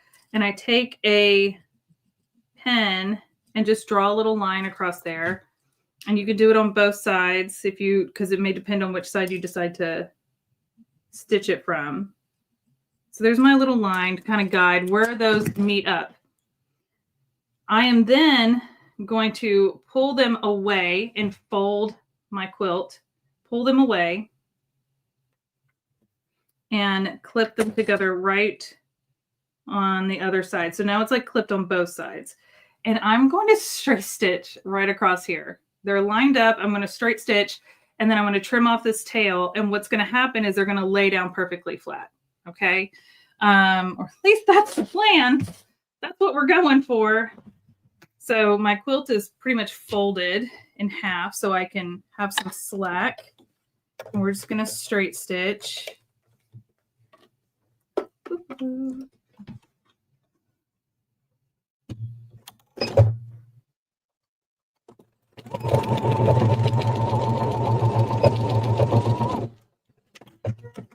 This is the trust the process method. But this is, like I said, how my boss taught me. But she was like, she had her own way, and that's how she liked to do things, and that's fine. And I learned so much from her. So, but we didn't have all these like fancy tools like Corey did. Corey does. Okay, so I've stitched across, and I could take off my little clips. This is the moment of truth. It lays perfectly flat. It's not pulling. It's laying perfectly flat, and I just need to trim up. Where did my scissors go? I lit it here under it, and I'm just gonna trim this down. And could press it open. I'm just gonna finger press it open because it's like two seams. Here we go. And it's all perfectly laid down flat. And I'm going to start here where I had finished. I'm going to backstitch. I'm going to stitch all the way across and backstitch where I started. And then my binding is ready to flip to the front. Was my boss Team Stab? Or she was not a clip person. She was not a clip person. I turned her on to him. She was definitely a pin person. So definitely a Team Stab. Won't your seam allowance end up on top? No. Because I'm going to flip it over and then you won't even see this part. I promise. You don't see it on my other one. So no, it doesn't. I cut mine down pretty short. It doesn't show up on the front. I have no issues with it at all. And I stitch, when I flip it over, I stitch so close to the edge. Now, if you were stitching in the ditch, it might be a little different. And like I said, Corey probably has a different method, but this was how I was taught. This was my method that I learned how to do it. And so what I'm going to do now is just come back to my machine and finish stitching this, but see how it lays nice and flat. So then I could just flip it over just like it lays nice and flat everywhere else. So it's a different method, very kind of tricky, like Sue said. But I don't know, like once I learned that method, it's like the only way. I know I've seen other methods. I've done other methods. I've done methods where you've like sewn it at a diagonal. But for little things like this, if it's not something I'm showing at a quilt expo or in a competition or a fair, and it's just going to sit on my table, it's just for me. This is like a quick, easy way to do it. So I'm going to pass this back over to Corey if he's ready and maybe see if he wants to show you something else. But Corey, what do you think of my closing method? I think it's different. I've never seen it done that way before. And I think it's cool. I do mine on a 45. Yeah. And I've done that. But Yeah, I just feel like this is such an easy cheat way. I like it though. Like Susan said in the comments, I do enjoy the simplicity of the method. And then I think like, you know, if you're doing just for like table runners or things like that, like nothing you're gonna like plan to put on a show. I think it's fantastic. I think it's really cool. I'm gonna give it a shot for mine because yeah. So I'll do it anyway. It's very beginner friendly in my opinion. I like that. I think that's really cool. Good on you. Okay, so I want to show you real quick that flange binding. So I've taken, I have 1 3/4 strip of this red, and then I had 1.5 inches of this green. And I put them right sides together, and I sewed a 1/4 inch seam allowance down one side. Whatever one you want to be your flange, so whatever one you want to see kind of peeking out, will be the wider of the two strips. So the red is going to be my little flange portion, so that's why it's the 1 3/4, and then I've got the green as the 1.5 inches. I'm going to lay this on my ironing surface, and I'm going to lay this with that opening facing me and the seam allowance facing away from me. And I'm going to grab my iron and open this up and press it. And for the few times, I'm not going to press this open. I'm going to press this over towards. What? I know. That's the method. That's the step. That's the step. I know. You're like shocked. I said, there's a time and a place. There's a time and a place. So I'm going to press this over. And so when you're on the back, just so you guys can see it, your larger strip will have all of it. You'll be able to see basically the full piece of that strip, and then your 1.5 inch one is a little smaller with that fold. So if I fold these together now, these raw edges together now, just like this, you'll begin to see a little bit of that red peeping out. And for everyone that cares to know, in Australia, they call a flange binding a peeper strip, Bethany. I think it's the cutest thing in the world. They call it a peeper strip. So you fold that over, and then you'll start to see your flange pop up. And I can take this through my magic binding tool, same way through the bottom, and then over the top of it and down through. Pin it into my ironing surface, just like so. And then take my iron and just press right along the edge of this. Just giving this a little bit of a hit here and there as we go. And when I get that in through here, you can see the little flange pop out naturally. And so what Bethany was talking about when she was stitching She was going to stitch in the ditch right here between where the green and the red meet, and then that makes your flange pop. Yep, Sue, it pops.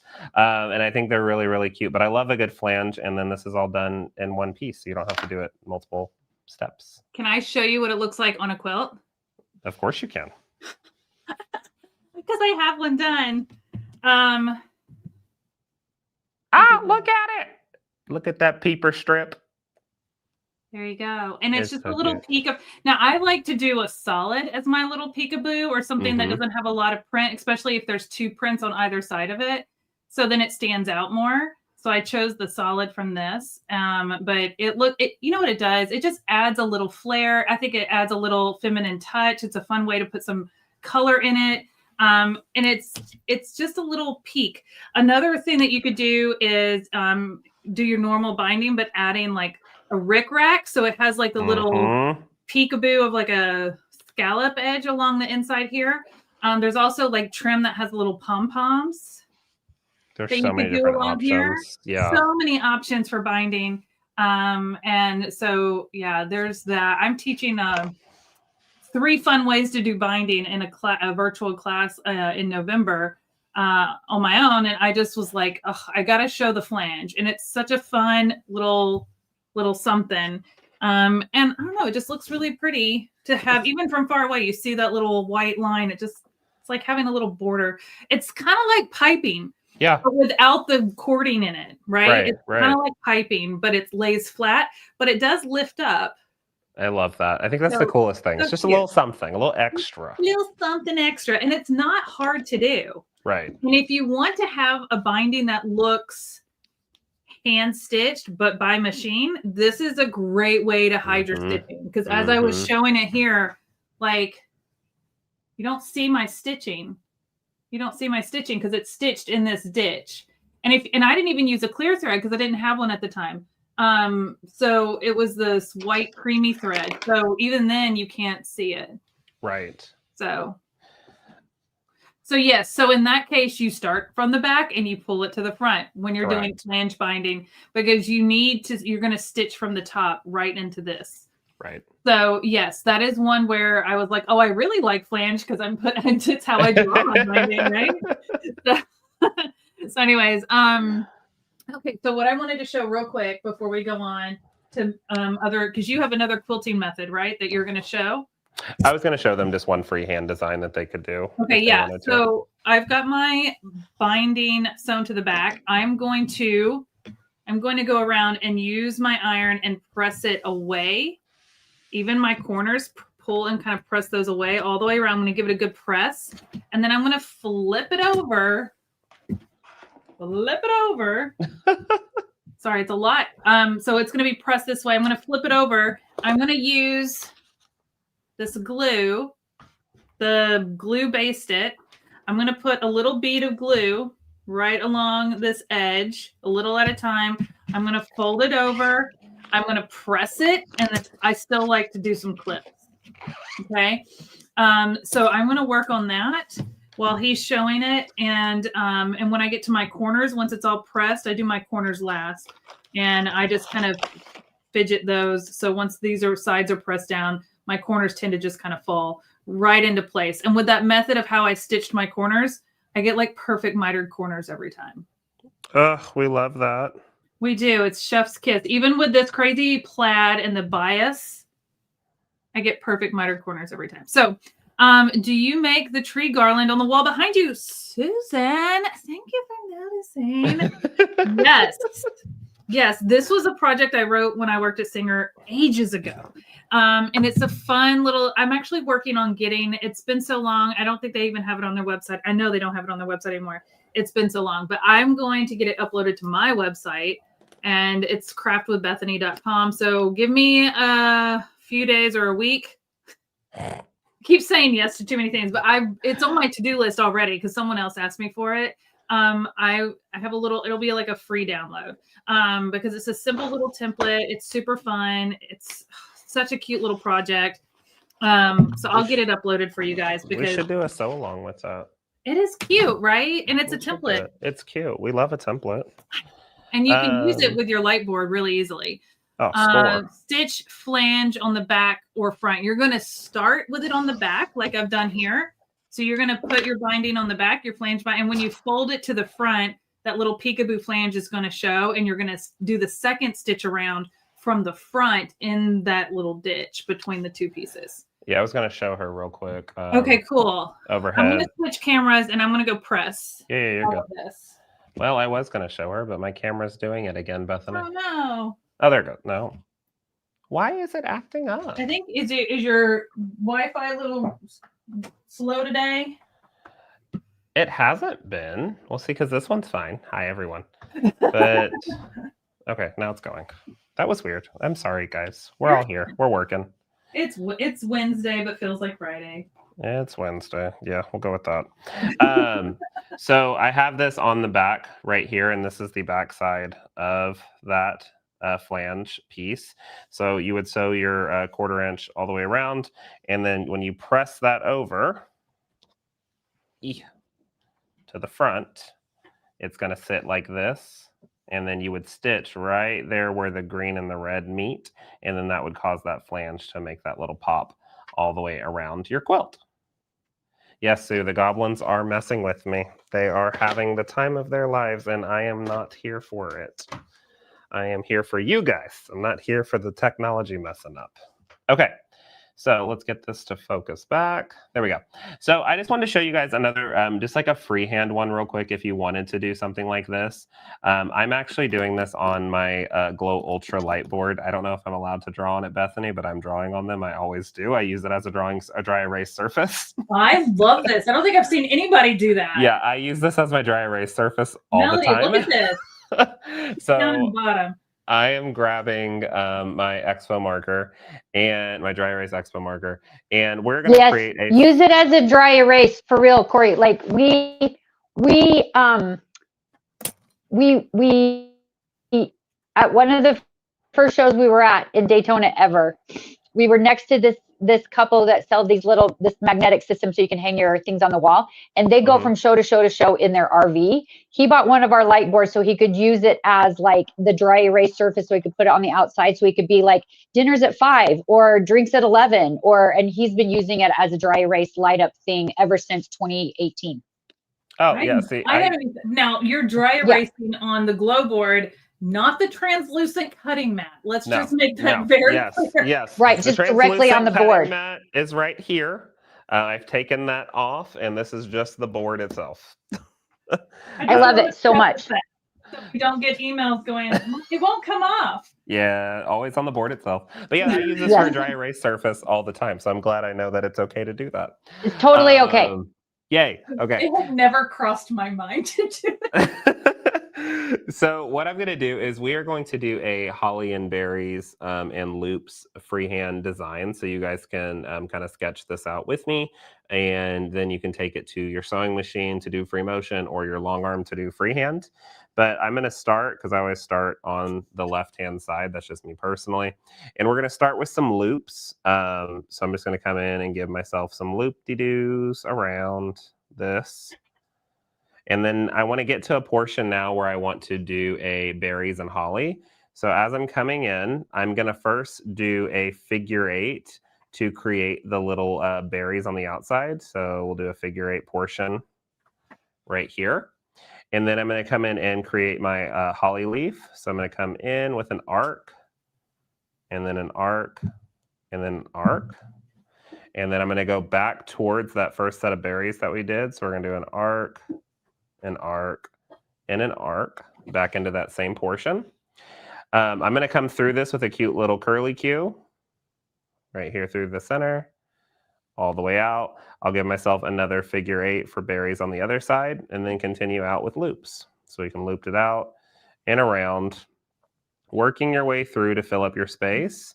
So that was like a little curly Q in the holly. If you want to do something else where you're like giving like vines or like leaf vine areas in it, we could do that. So up here, let me bring my board down. We could come in with a figure 8 for the berries to start it. And then we'll come out with an arc, arc, arc.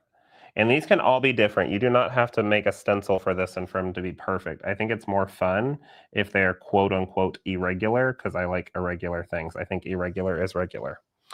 So when you're coming in here, if you wanted to give like little like spines or vines off, you can come up and spine it here, here, and then come up and spine it here, here, and then come through, figure 8 for the end of the berries, and then loop your way out. So it's a fun free motion design that you can have a lot of cool ideas with as you're going through. So easy. It is easy. Doodler. It is easy. I am going to have to practice doodling on my glue Girl, board. doing it on the glow board is next level, because if you don't like it, let me just show you real quick. I guess you can probably guarantee, or you can guess what's about to happen. But if I don't like it, it's just I love how you just use your fabric you have on hand. Just my excess fabric, because I don't have an eraser and I don't want to get my hand dirty. But you can just say bye-bye to that, and then you can start another one. But giving yourself some type of starting point, I always like to do, and then maybe give yourself an ending point if you are working on doodling. And if you keep things like in maybe like a little bit of a box like this to kind of create your repeat for your design, that helps you with your sizing. So like say if I want to start right here and I want to end right here, I know that's where I need to be. I can pretend to kind of fill out this space. So I can come in here with some loops, figuring out exactly what I want to do. And then if I want to do a little holly here, let's do a figure 8 to do the berries. Arc, arc, arc, arc, arc, arc. I like the little curly Q through it, figure 8 for the berries, and then come in with some more arcs. This is going to help keep you in a little bit of a more alignment, more of a space. You can determine your sizing then at this point, and then you kind of have your own little blueprint for how you want to create your design. But I use this glow board ever since I'm now on my my second one. I've got so many of these now, because I have one at my studio and one at my house. But I think it's so cool to not only use it for all the different things, like we have a little Sewalong that we're doing here at Linda's right now for foundation paper piecing, and the Glow Ultra is, or the Glow Premium, or the Glow, what's the third one? The Ultra, Glow Premium. Classic, and the Mini Travel. Yeah.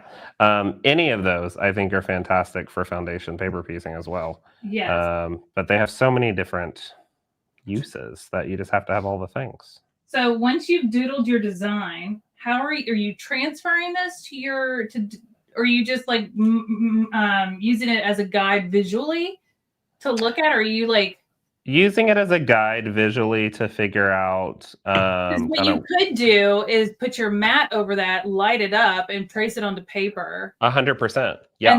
And put your paper right over your block and stitch right over your paper. Correct. Yeah, you could totally match this out. Making your own stencil.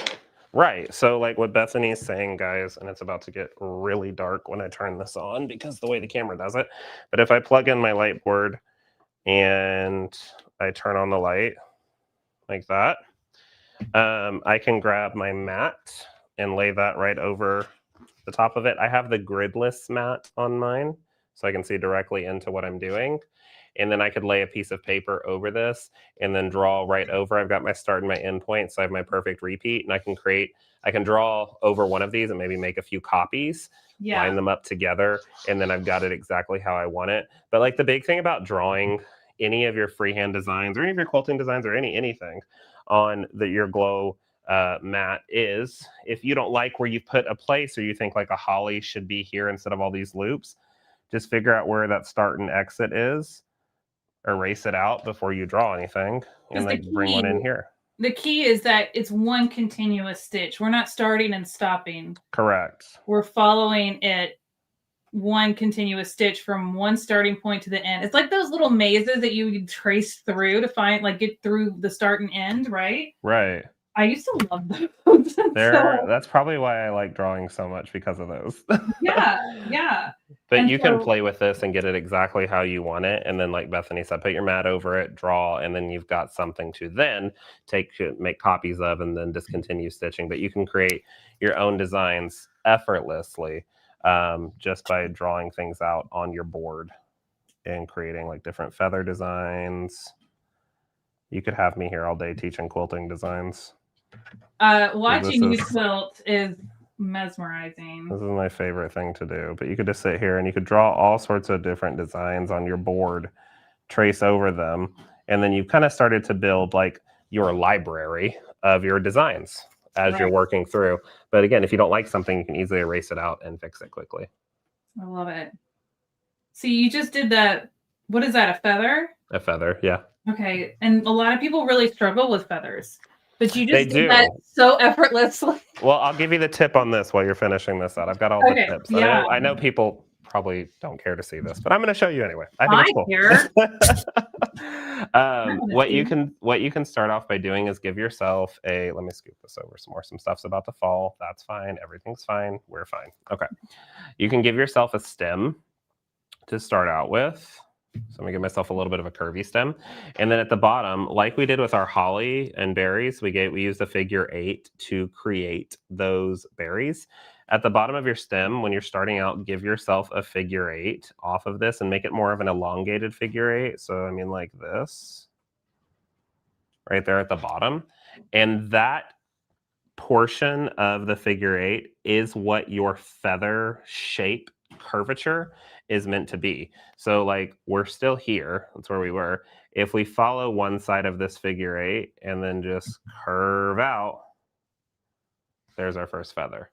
And then you can continue to curve out, following that same shape, but that figure 8 is what's giving you that first motion that you need. And when you get here into like a little bit of the valley of the stem, do like a little bit of a smaller one and then build on that, and that'll work your way out of the valley to then continue creating your feather. If you want to throw in a little curly cue, throw in a little curly cue, come back, and then feather. To get back, you can travel back down the stem while you're starting out, or if you don't want to worry about overstitching your stem, come back out and do some echoes. Everyone loves a good echo, and you can echo out. Because it can be hard to transition from going in one motion to then doing the opposite. In the other direction. Like that, it's like being left-handed and right-handed, right? You kind of have to learn to be ambidextrous. A little bit, yeah. And you'll definitely find you like one side of your feathers better than another side of your feathers. And that's just natural, and that's okay. But I always recommend doing a stem, doing an elongated figure 8 at the bottom, and use that curvature of that figure 8 to create the arc and the curve of your feather as you're going. Again, you can throw something else in there. You can come back around. Oh, thanks, Sue. I appreciate that. I think it is mesmerizing. Just drawing it out. But creating stuff like this, you can work your way through. If you want to do like maybe some vine work inside of the feather, you could come in and then we're back here again at the bottom. You could vine in these if you want. You could do deep vines. You could do a teardrop inside of them. Julie, it is relaxing. Karen, I could watch this all day. You guys, I could be live. Bethany and I could be live with you all day doing this stuff. We really could. That's the problem. That's the problem. You can come in and create a little teardrop so it looks like it's a double echoed feather as you're going in and doing things like this. It is something that is just so fun. And then with your glow board, if you don't like it, erase it away and start again, or erase what you didn't want. So we have our premium light board that doesn't have to be plugged in. Right. And I'm like already thinking about like, okay, like when I'm ready to wind down for the night and we're like sitting as a family watching a TV or a movie or a show or whatever, you sit there and you just doodle and practice with your hand. Yes. And then if you really like it, trace it. Yeah. And wash it off and practice again. And like, I think that's just such a good way to get used to the motion. Correct. It's all about building the muscle memory when you're doing free motion or freehand quilting. My next purchase that I will be getting, and I probably should do it now during Fall Fest, is I want to get a premium so it's rechargeable and I can just unplug it and go sit on my couch or lay in bed and do it. And so that's my next thing to get since it's Fall Fest time and it's all about to, and I need a fat quarter bundle bag. I need to get a few of those. So free. So free. All right, I'm gonna jump into this binding real quick and show you this. Do you have something else you wanted to show, or do you want to keep doodling in the corner? I'll just keep doodling in the corner. Okay. No, actually, I won't doodle because this is where they're gonna look. I want them to look at you. So I'm gonna look at you. It says that doodling gets your brain in the mode to free motion. It really does. Correct. It really does. All right, so I've been working my way around. It looks so good. And all I've done is I've pressed it to the back. From the back, I pressed it out. And then from the front, y'all, I'm literally just putting a dab of glue along the edge. I'm going to show you because I've glued everything. I just put a clip in the corner so it holds it really well.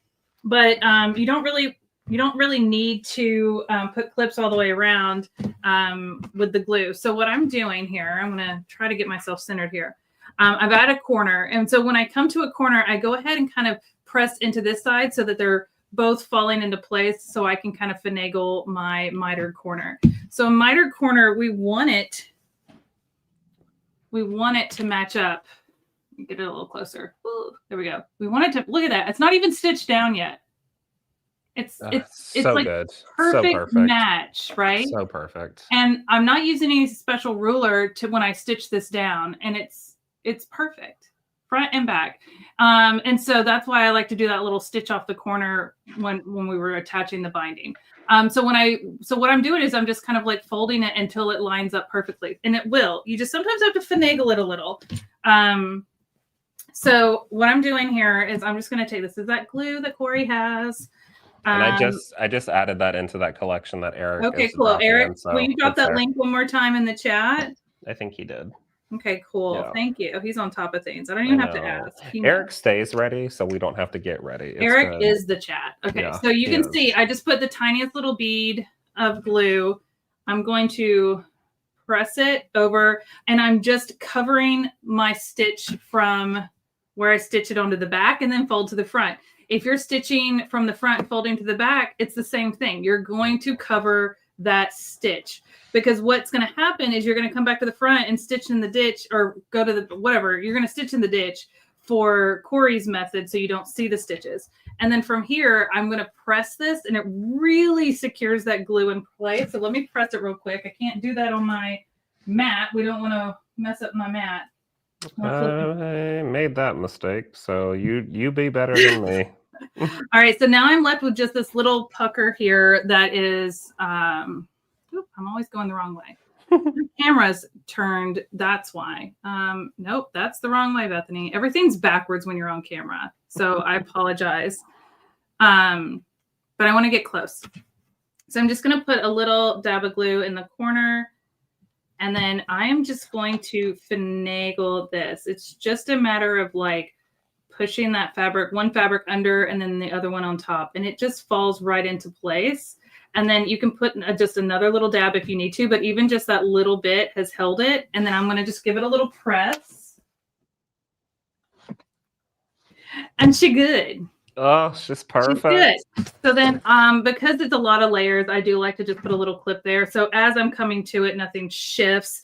But yeah, that's it. This is where I joined my seam at the end of my binding. Looks fine. I've pressed that down. So now I just need to go down my other side. I'm just going to repeat this all the way around, get all my corners, go down this other side, and then I'll be ready to stitch this down.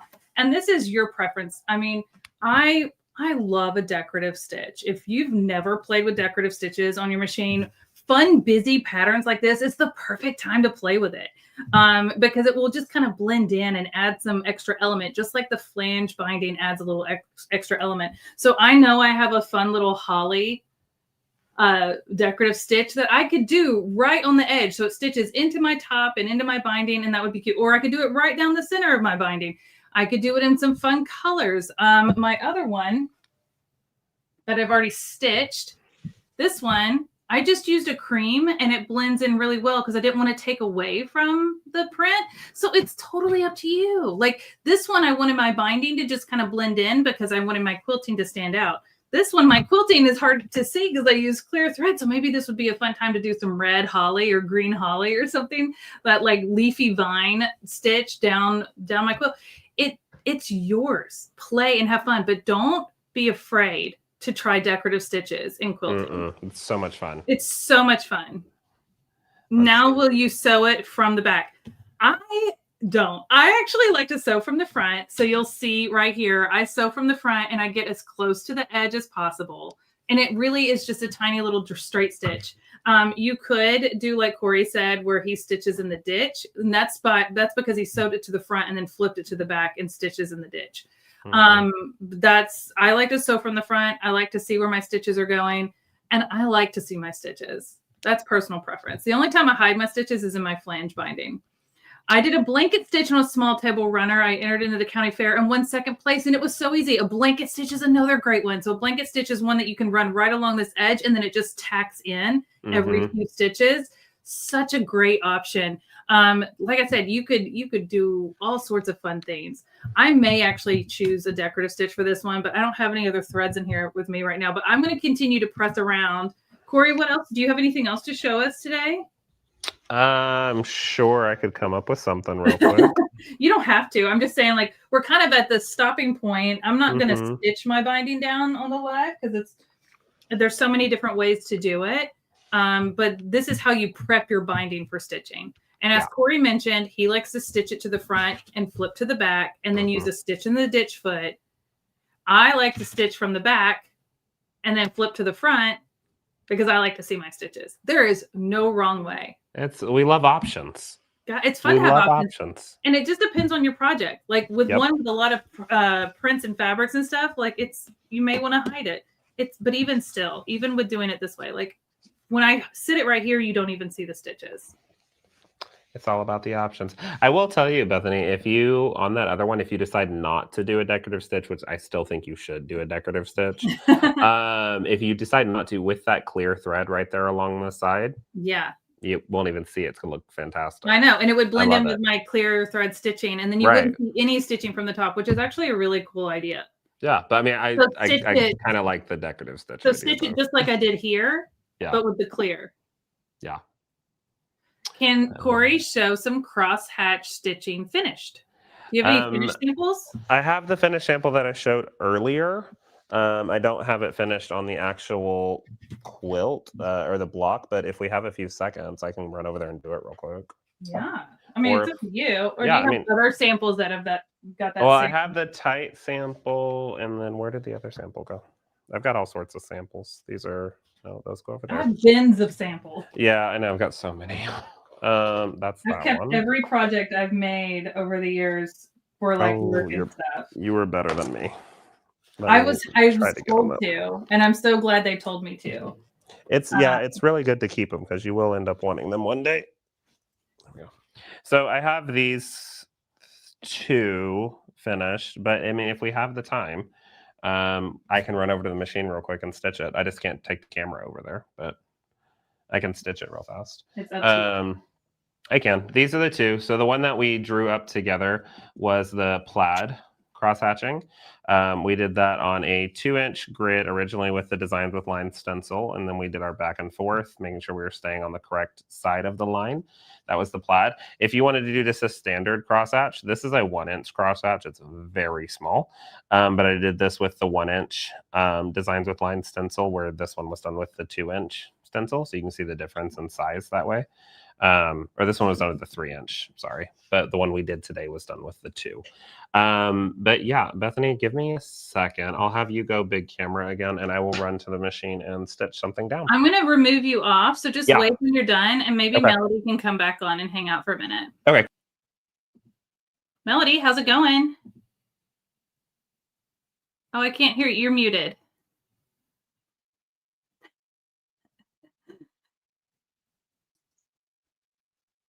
I think I just realized that if I wave at the camera is when it like zooms in. So but I'll like stop this waving. Angle.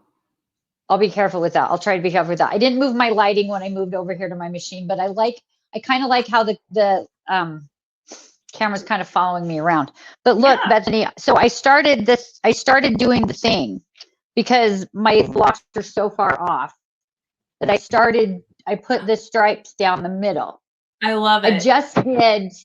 I just did 1.5 inches, so it would end up just being 1 inch wide. Perfect. So that looks great. I'm going to do it along the long edge as well. I think I'm just cutting more 1.5 inch strips. So I could just do it down the long edge also. And then do your border.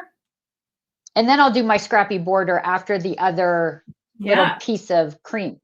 So then you can't tell, you can't really tell at first glance that none of those red blocks are going to line up anyway. So mine don't line up and they're touching.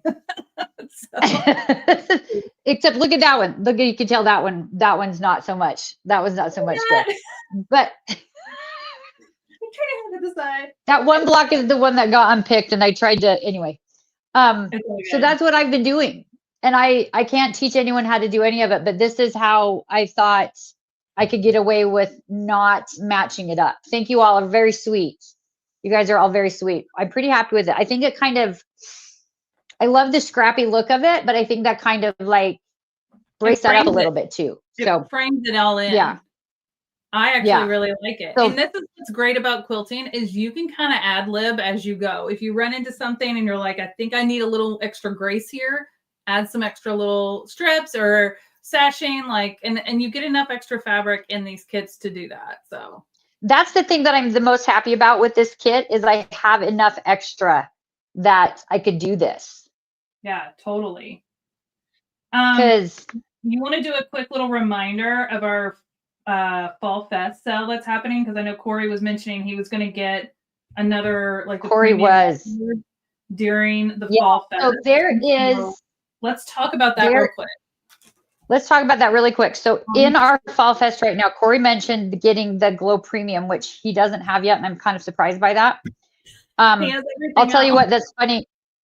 Corey was right by us in Houston at the Houston Festival, and we at the end of the last day, we had we had such a great show. We sold everything that we had there, but we had just a couple of random things like left over, just little things here and there. And we're like, hey, Corey, did you need some more little clamps or something? Because we don't have any more space to put it in our luggage to take home. So Corey was kind enough to take some extra things home for us. So it was lovely.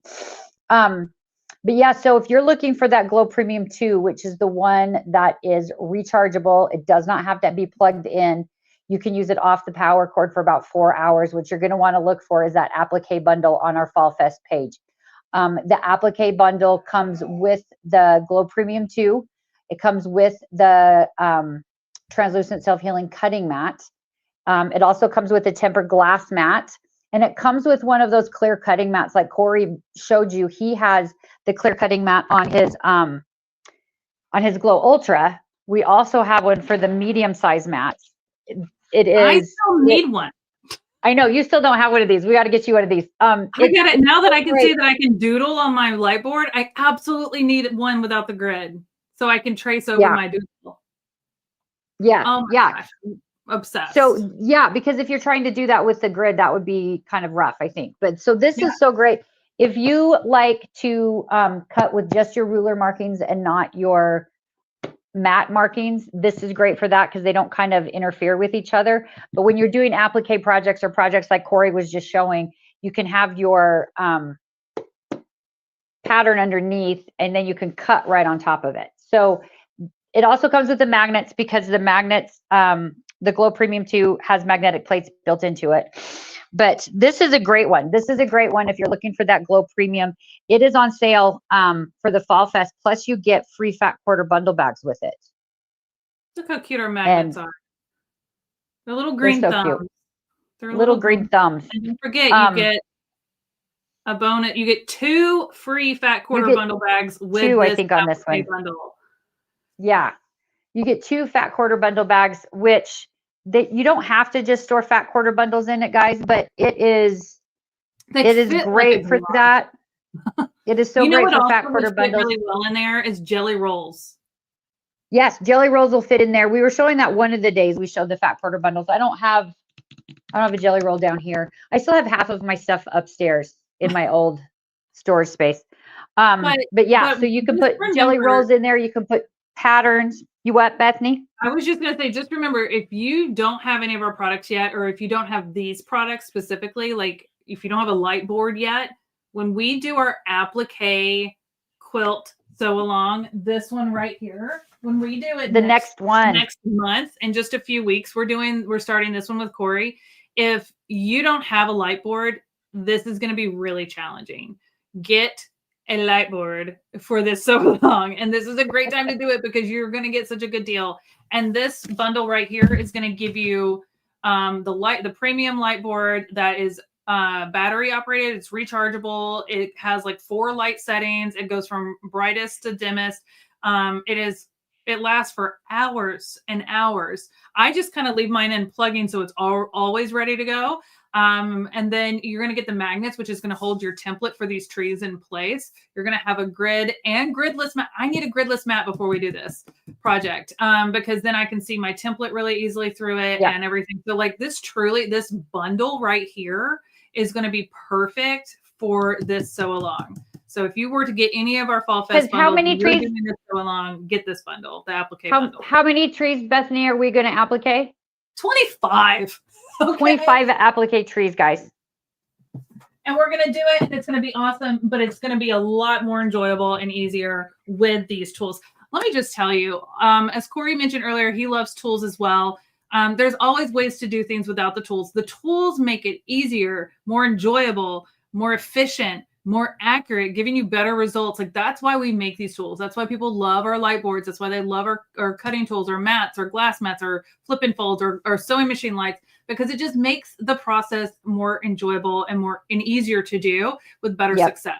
Just like the tools that Corey was showing. I'm showing you a manual process for doing the binding. He's showing you these cool tools that I apparently have that I could have been using to make it easier. So like use the tools. That's why we all make these tools. It's to make you enjoy sewing and not get frustrated, not get stuck, have a really good result that you're really proud of because you worked really hard for it. And so anything that we can do to help make that process better for you, that's why we have these tools. So these tools right here for our applique bundle are an absolute must for our next sew along. And now Corey's probably thinking, man, I do need that premium before this next sew along. Yeah. Well, and really for any project that you're working on, like all the projects that you're working on, like it's not just for applique. That's the thing that's so great about it. Like Corey mentioned, they're so great for foundation paper piecing. They're so great for so very many things that look, I'm not even one. This is how sensitive the power button is. I'm turning it on. I'm turning it on through the mat. But I leave my premium plugged in and charging. Yeah. And so it's so bright. This is the brightest setting unplugged. I could tell ghost stories. The light really distorts the light in the studio. But it dims down 4 light settings. And then you do have the translucent mat that goes from edge to edge. And this is one of our newer versions of our translucent mats, meaning it not only has the grippy on the back, so it stays up against your light board and doesn't move around, but it has a little bit of a grippy on the front, just enough right here in the cutting area or the grid area. And that's so like your template for applique doesn't shift around, your fabric doesn't shift around. Plus it already has all the built-in magnets. So you can stick a magnet pretty much anywhere on this light board. You don't need to add anything extra, no plates. They're already built in. I think there's like 10 of them in here. There's a lot. And so you just stick those magnets, hold your stuff in place. It truly is like, so if you're holding your template in place and you're sitting on your recliner, you can do it at an angle. It doesn't have to be on a flat surface because it's all magnets stuck down and you're just sitting there doodling and tracing or whatever. So seriously, if we had to highlight any bundle for our Fall Fest, this would be the one I'd recommend, especially if you're doing our next sew along. It's my favorite. It's my favorite light board. It's the first one that I ever got. Not this one. I got our original premium when I first started working with CutterPillar back in 2017. And then my husband stole it because he's a sketch artist. And so he totally took it and he sketches on it, which is great because he'll sit in front of the TV and do that, which I love, but I don't love it because then I didn't have one. And so then I got the Ultra, which I love. And it's upstairs in my craft space upstairs, just kind of sitting out on the table all the time. And so I had to get myself a new premium too. It's upstairs in the dining room right now because that's where I used to be sewing, and so that's where it is right now. You're transitioning downstairs. I will say the premium is like the perfect lap size. So is our mini, but the premium is the wireless one. The Ultra, I don't know if I could put that in my lap. You know, you can, but it's rough. It's rough to do that. I wouldn't suggest it. No. Well, The Glow Mini is awesome too.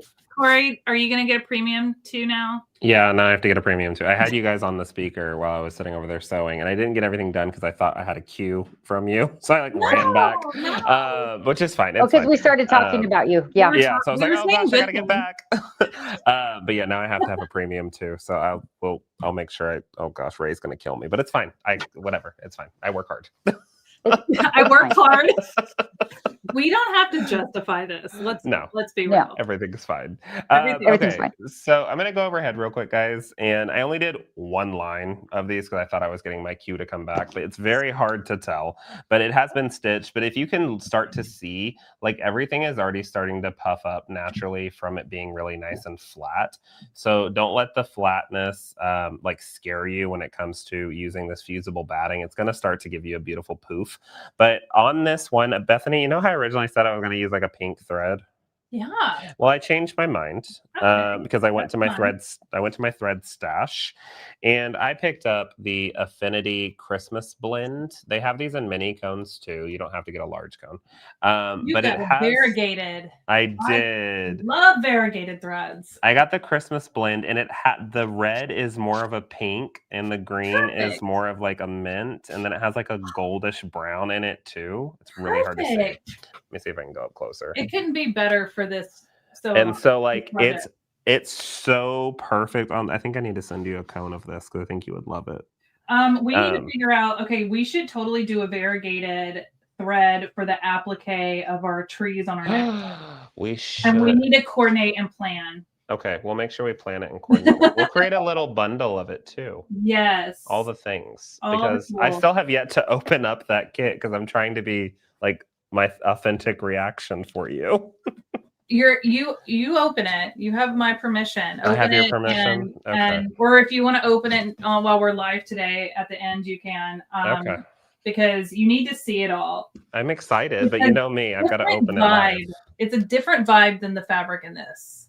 Christy says love. Sue says bundle, bundle, bundle. We love bundles. We should make, because there's some extra things you're going to need, like a double-sided fusible adhesive for the applique and stuff like that. So maybe we can like kind of create like a supply list and a bundle of stuff that they can get from you, because I know you have all of that stuff.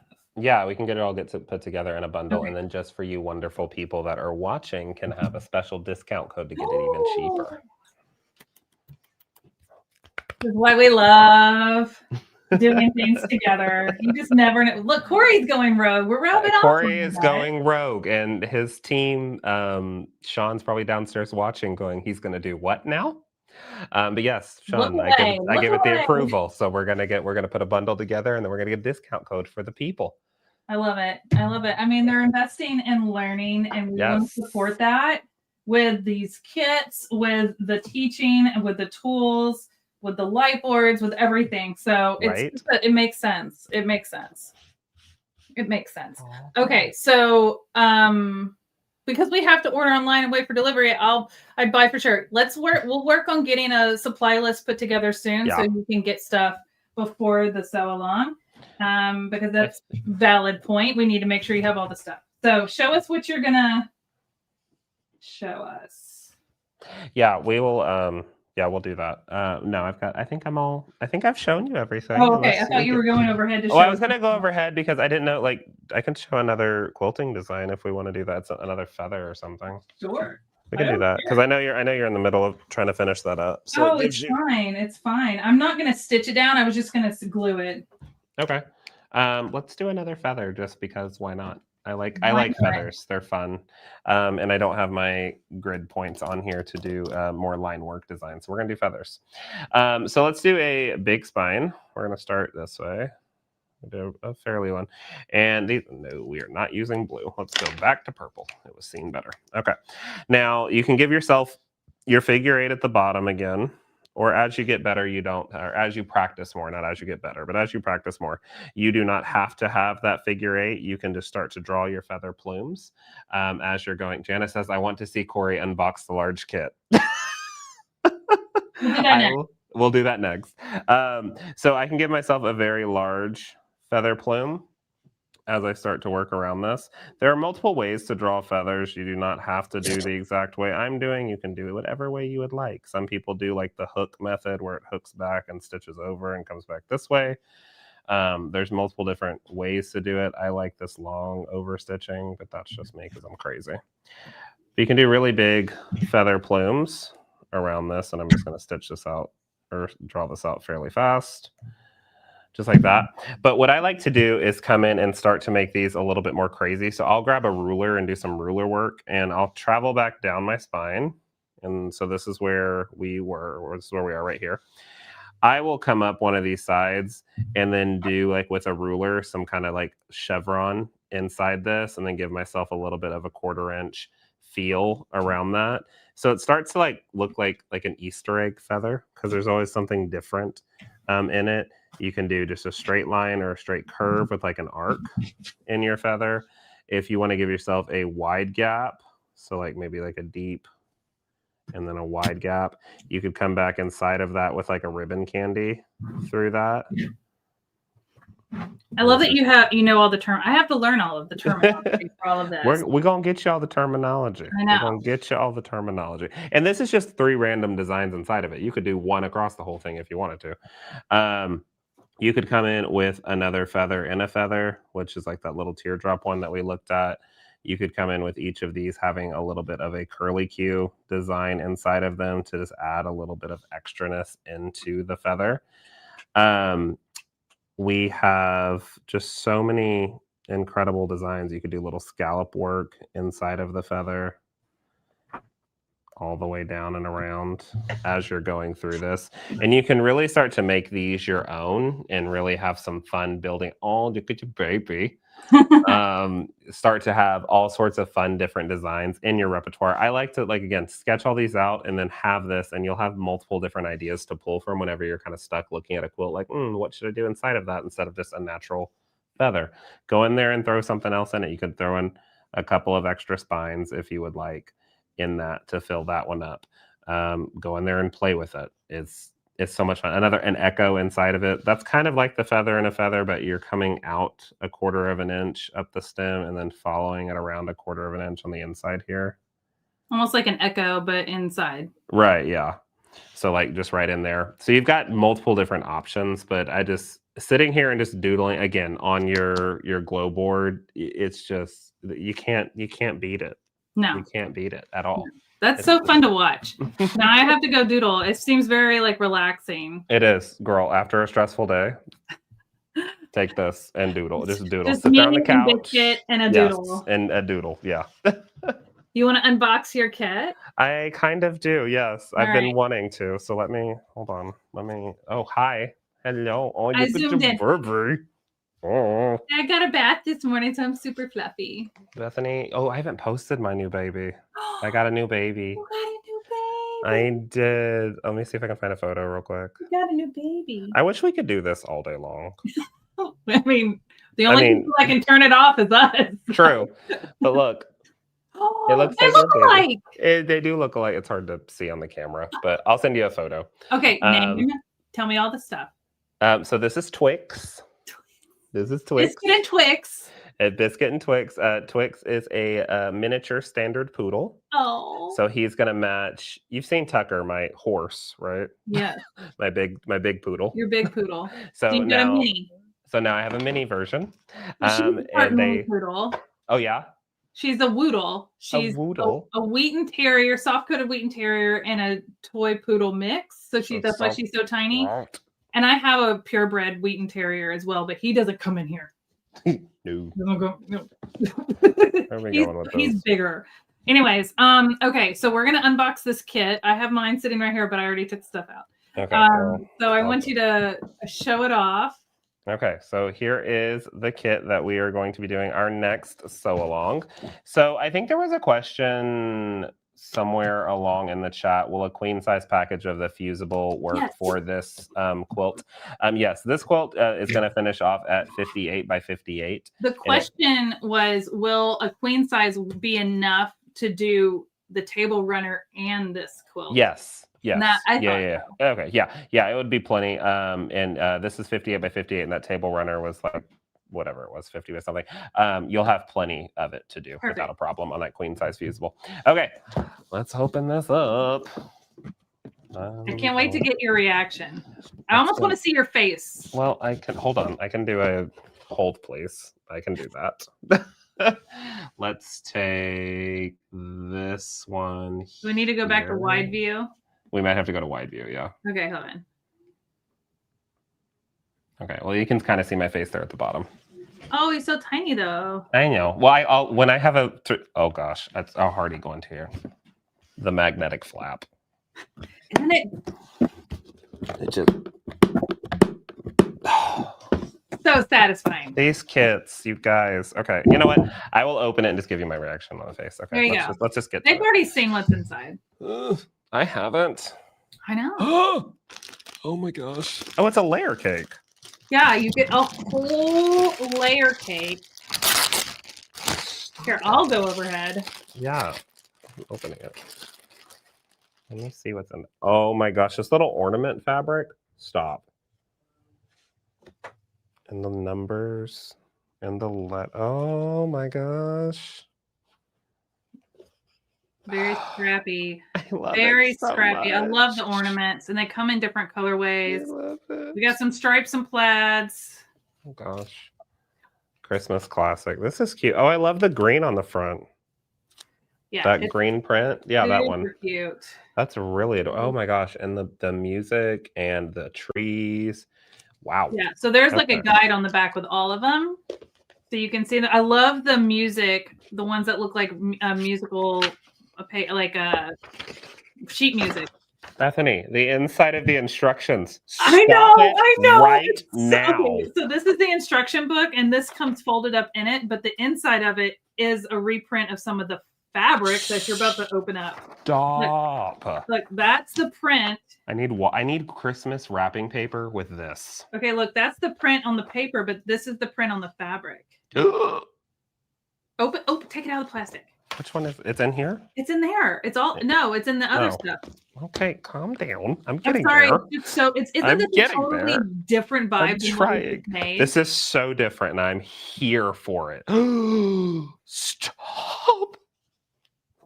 Oh, I need wrapping paper of this. Riley, Blake, get on it. I don't know if they're watching, but send them an email. Lindell, we do have a translucent Melody. Do we have a gridless map for the classic and premium light boards? Because those would fit her basic light board. Do we? If we do, she's saying yes. She's nodding her head yes. Oh, these are. I love the pine cones. The pine cones with the words behind them and everything. So pretty. Man. Okay. I can't get. I just couldn't get over that. But oh man, I forgot we're doing applique. We're doing a lot of applique. Bless it. This is like the Christmas white ever. So this is where you are going to, I've told you this, right? And I don't admit this publicly very often because I tend to think I know a lot about quilting and sewing. You do? Never done applique before. Really? No. Mm-mm. Okay. Well, we're going to do it together. We're going to do it together. You're going to teach it's not me. That hard. I believe you. I trust you. It comes with the template. Cool. And we're going to be using our light board with this template to prepare all of our materials and our appliques, which is great with the layer cake fits over this perfectly to line it all up. These little circles are all like little white dots that you can put. So I buried all of my papers. Cute. So some of these on the front have little white polka dots, but those are appliqued on. And that's optional. Yeah. You don't have to do them, but you can. Well, we've got a good trick for that, though, with the light board and with the glue. Yeah. So we're going to make a little supply list because there's going to be some things that you need that don't come in the box. So what comes in the box is all the material and the template, but all the material for the entire quilt top and the binding. And I'm pretty sure when I read the instructions that this is the binding. Yes. Yeah. Yep. this black with the ornaments. Yeah, 2.5-inch strips on that. Yep. So it's not a scrappy binding, which is great. It's because there's gonna be so many colors in this. But we're gonna use like a heat and bond or something along those lines, whatever brand you want. But we're gonna put together a supply list, but it's like a double-sided fusible binding that we're gonna put on the back of our fabrics that are gonna be these trees. That's so and then cute. we'll trace the tree onto the paper side, and then we can cut those out, and then we'll take the paper side off and fuse it to the blocks. It's very quick. It's going to come together, I think, a lot faster than you realize. I believe in you. I believe in you. I believe in you, and we will just go from there. I think it's going to be super fun. I love learning a new technique, and y'all are going to get my true, authentic reactions while we're learning said new technique. In the instructions, it also shows this pretty script fabric, which is this one as our border. But because it's directional, we're going to be cutting it in a certain way so that you can read it. So there's just all these little things that we're going to be talking about that are just little snippets that will come into play for this project. It's going to be really fun. And I know CutterPillar is sold out of these, but there might still be some floating around on the interwebs, people. Or at your local quilt shop if they grab your local quilt shop. Yep. So please check go there grab first. them up.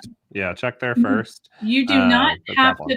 You do not have to purchase the kit from us to join the Sewalong. The Sewalong is live streamed on YouTube. It's free for anyone. So if you have a friend that you know bought this, maybe they bought it somewhere else, that's fine. We're sold out. We can't sell anymore at this point. So then they can join our Sewalong and do it with you and do it together. Riley Blake, this is one of their new holiday kits, just like our table runner was. And I know. It's just you're making me want to open the layer cake now, but I know we've been online with the people for 2.5 hours. We have, but this is way more fun than checking emails, which we have to do afterwards. But yeah, here's the polka dots. So you can see some have the polka dots, and some people may decide that they don't want to do all those circles, and you don't have to. I think they're cute without the circles.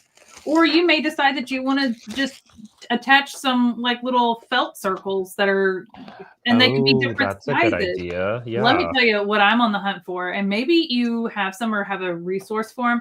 Yeah. I'm on the hunt for little, preferably gold, but it could be any color, silver or whatever, star buttons. And I'm going to show you guys how to sew on a button with your sewing machine and your button foot. So you don't have to hand stitch it on. Yeah, we don't hand sew buttons. I don't hand sew anything, but I want to put little buttons that are stars on the top of all of these trees.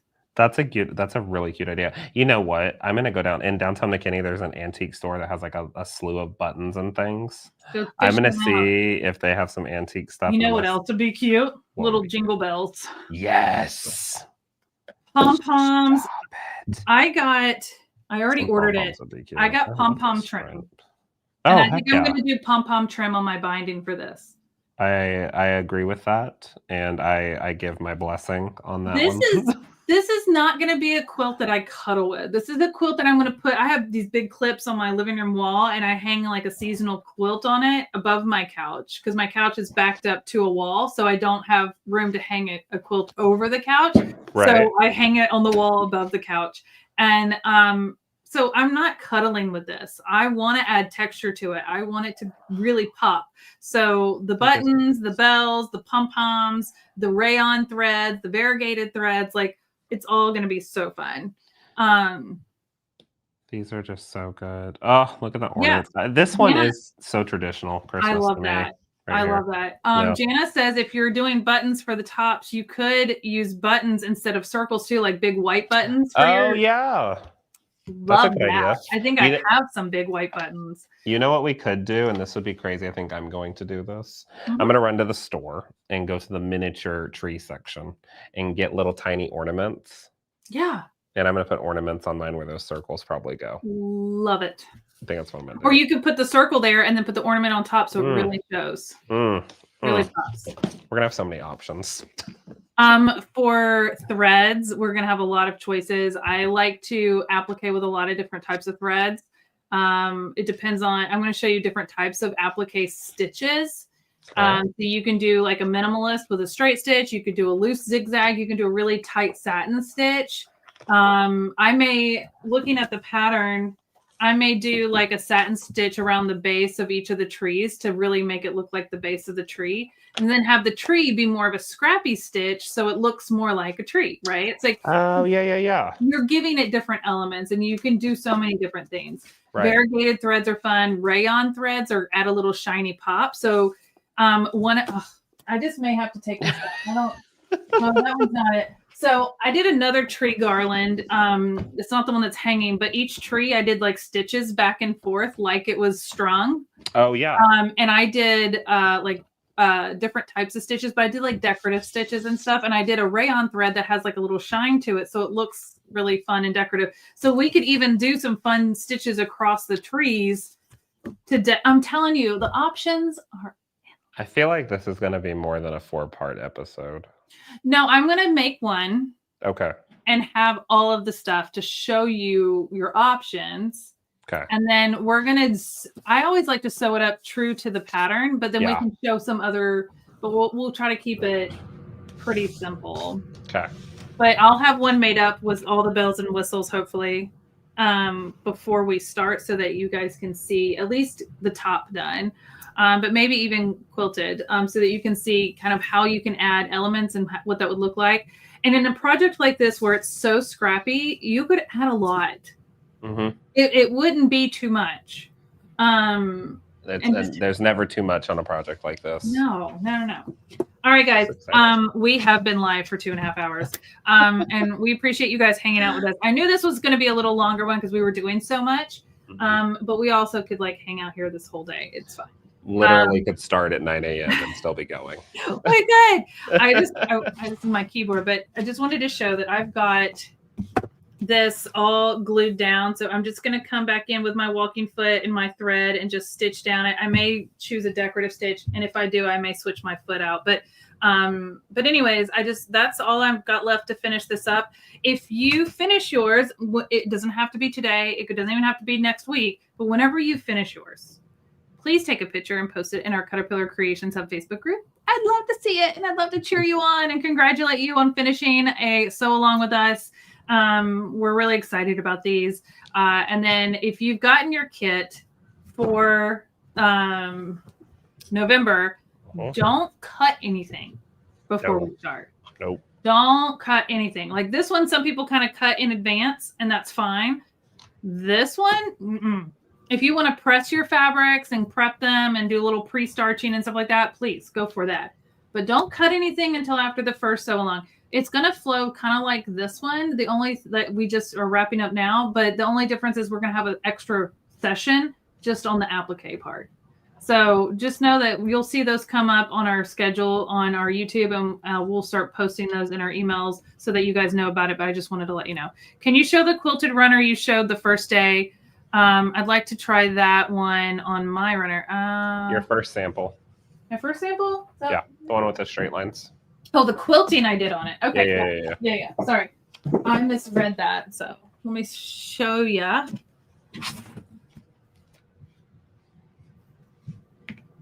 So this one. Eric, can you make Bethany's camera bigger? Oh, here, I can do it. Sorry. No, you're fine. Oh, there he goes. I just did 1/2-inch grid. I just started. Honestly, I think I started right in the middle. I don't remember. I think I did though. I think I started right in the middle of one of these blocks and just went for it. I didn't. I'm not one of those people that like focuses on those kind of things. Yeah, I did. I started right in the middle. So here's my center seam for this whole thing, and I just split the difference. And so I started in the middle and did and I drew out my lines. I'm going to say this, and I just want to forewarn you. If you use a friction pin, I wouldn't use it on this project. And let me tell you why. This works great on a lot of things that it irons away, but what it doesn't do is iron away on these darker fabrics. So like this red right here. And I'm going to call it out because I think it's important for you to know. And it may be hard to see, but do you see how my fabric is a little lighter right here where my stitches are? It took the color out of my fabric a little bit, just a little bit, but it's noticeable. And I was like, well, shoot. And I drew them, I stitched them, and I removed it. Like they weren't on there for very long, but there are certain fabrics that these pins just don't come out of very well, or it will distort the fabric. So I would not recommend a friction pin for tracing your lines on this project. Always test it on some fabric first, and always test it on the darker fabrics and then the lightest fabrics, just to double check. If you have like one of the pins that Corey was using earlier, like a water soluble or a heat away pen, there's other options besides this one. Use that instead. Don't be like me. That's why I always recommend that Bohin fabric marking one, because it's just it's going to come out no matter what. And live and learn. Yeah. But I did my lines going this way, and then I turned it and I did my lines going this way. And I thought it turned out really fun. It looks really nice on the back as well. Most people don't do a different color in the bobbin than the top, because you can sometimes see it in the tension. My tension's pretty solid, but I used my FOF to stitch this, so it worked really well. Now, when I did my stitch lines when I marked out my stitching for this one with the clear thread, I didn't use the pen. I used one of my Harrow markers, one of those point turners and I just used the ruler and I just made creases in my fabric. And I didn't have to worry about heating away anything, because I learned my lesson from this one. That's a good idea. So I make crease lines with my Harrow marker. And then and I wasn't doing a lot of stitching, and it was a smaller project, so I knew I would be able to see everything. So I actually really like how this one turned out as well. So those are the two ways that I did it. There's no right or wrong. Corey showed you a bunch of different ways today as well. So yeah. There you go. There you go. All right, guys. I am ready to finish stitching my binding so I can be done with 2. I made 2. Okay. If I can make 2 in the time that we've done this live, you can make your 1. I have all the faith in the world in you. You've got everything you need from us. If you get stuck at any point, jump to our Facebook group, put a question and a picture of what you're stuck on, and myself or someone else that's in the group, they may be able to jump in and answer before I can. But just put it in there. Let us know. We're here to cheer you on. You've got 3 lives. You've probably got a collective like over 6 to 7 hours of live for this sew along to walk you through the whole thing. So you have everything you need. If you get stuck, you have a backup, phone a friend, post it in our Facebook group, right? And we're here to make sure that you get this done and you're very proud of it and you learn some new things. And then you're going to join us for the next one and you're going to learn some more new things. And before you know it, you're like whipping out projects, just like Melody, right? Melody's down there. I'm going to bring her to stage. She doesn't know it. And where's my mouse is backwards. There we go. You're muted. But yeah, so I heard you. Yeah. Caught the bug after the first sew along, and now she's like a quilt mania over there. I did. I caught the bug, and I've been on a adult onset ADHD buying frenzy of patterns and kits and things like that. And so I have a cupboard full of things every week of what she's bought. Like, and she goes, look what you made me do. And I'm like, it's been months since our first sew along. At what point is it not my fault? Well, I wasn't going to blame you anymore until we were in Houston and you were like, you can go get some Moda stuff right over there. And so I was like, okay. And so now I have fat quarter bundles. Now you get more fabric to play with. I have a lot to play with. I really enjoy these things. I really enjoy the kits because like everything's there and I don't have to think of a thing to do myself, which I really like the best. But yeah, I have the bug. And it's contagious, as Louise says. And I hope you guys are all enjoying our sew-alongs. Again, our Fall Fest sale ends Friday. Normally our sales Friday. There's only a couple more days. But it's ending on the 31st. It's ending on Halloween. I hope you guys are having something fun planned for Halloween if that's your vibe. I'm clearly in Christmas. You know what?